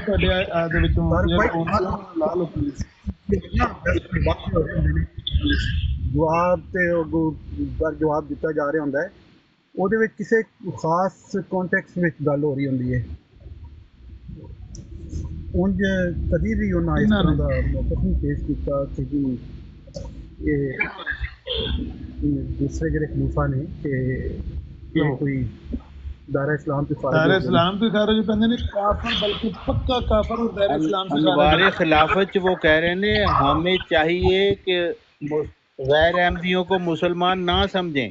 انوار خلافت جو کہہ رہے ہیں یہ جو اسم احمد دی پیش کوئی بھی مرزا صاحب دے نال آ رہے ہیں وہ کہہ رہے ہیں ہم انہوں دا جنازہ بھی نہیں انہوں تسی پڑھنا بچے دا بھی نہیں پڑھنا کیونکہ ہندوؤں دے بچے دا جنازہ تے نہیں نہ پڑھی دا تے پھر مسلمانوں دے بچے دا بھی جنازہ نہیں پڑھ سکتے. کیا کسی دے سمجھنے یا نہ سمجھنے نال کوئی کافر یا کوئی دار اسلام تو خارج ہو جاندا؟ کیا بات ہے، کسی دی گل ہی نہیں ہو رہی، تواڈے مسلم موت دی گل ہو رہی ہے. بس ٹھیک ہے جو تسی سمجھدے ہو جو اگلا ہے وے او دا تے خدا. کیا بات ہے جی تواڈی، واہ جی واہ مولوی صاحب، جو تسی سمجھدے ہو سمجھدے رہو، جو اسی سمجھدے ہیں اسی سمجھدے رہو. یہ بڑے صاحب تسی کیڑا وکرا جواب دے رہے ہو؟ انصر دا بھی یہی جواب دیتا ہے جو مرضی کر لو، مرضی ہوئے تو پا دیاں گے، نہ مرضی ہوئی تو اسی کٹ دیاں گے تذکرہ جو تہاڈے کو جو ہوندا کر لو. یہی جواب انہیں دیتا ہے تسی بھی دیندے ہو. جنگل دا بادشاہ تے انج ہی کردا ہے. بس مذہب نو نا مشکل نہیں بنانا چاہیے، بڑا آسان ہے مذہب تے انہاں مذہب ربٹ ہے، مذہب نو ربٹ بنا دو جدھر مرضی انج کھچ لو. بڑی مشکل نہیں، جھوٹ اور سچ تے دیکھنا ہوندا ہے نا. اے تے نہیں کہ کدی تسی اے والا بیان دے دو کدی او والا بیان دے دیو، اے تے کوئی مذہب نہیں ہےگا. اے تے بے ایمانی ہے. انہاں دا یہ مذہب بھی اج کوئی اور بیان دے دو. جسٹس منیر کہندا ہے خلیفہ صاحب اے ہن جیڑی گل تسی پہ کردے ہو نا اگے 1916 دے بیانات نال مطابقت نہیں رکھدی ہے جی. انہاں آکھیا نا ساڈا مذہب انج دا ہی ہے 1916 چ اور تے 1953 چ اور. ہاں تے یہ تو کوئی مذہب نہیں نا، یہ تے سیاست ہی ہے. مذہب دے وچ تے بلیک اینڈ وائٹ ہوندا ہے، اودے وچ گرے ایریا نہیں ہوندا. اے ٹھیک ہے اے غلط ہے، اے نہیں ہوندا ہاں اے بھی انج بھی کر لو انج بھی کر لو. اے تو کوئی مذہب نہیں ہے نا.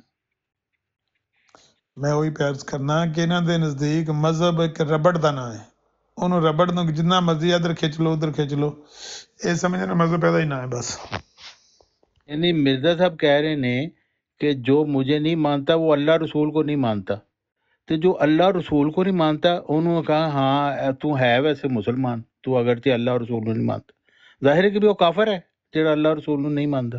یہی مرزا صاحب کہہ رہے ہیں کہ جو مجھے نہیں مانتا وہ اسی لیے مانتا کہ وہ مجھے بڑا کافر کہہ رہا ہے، اس لیے وہ خود بڑا کافر ہو جاتا ہے. وہ پیچھے گنجائش کیڑی رہ گئی بھائی؟ السلام علیکم محمد بھائی، کیا حال ہے؟ ٹھیک ہو؟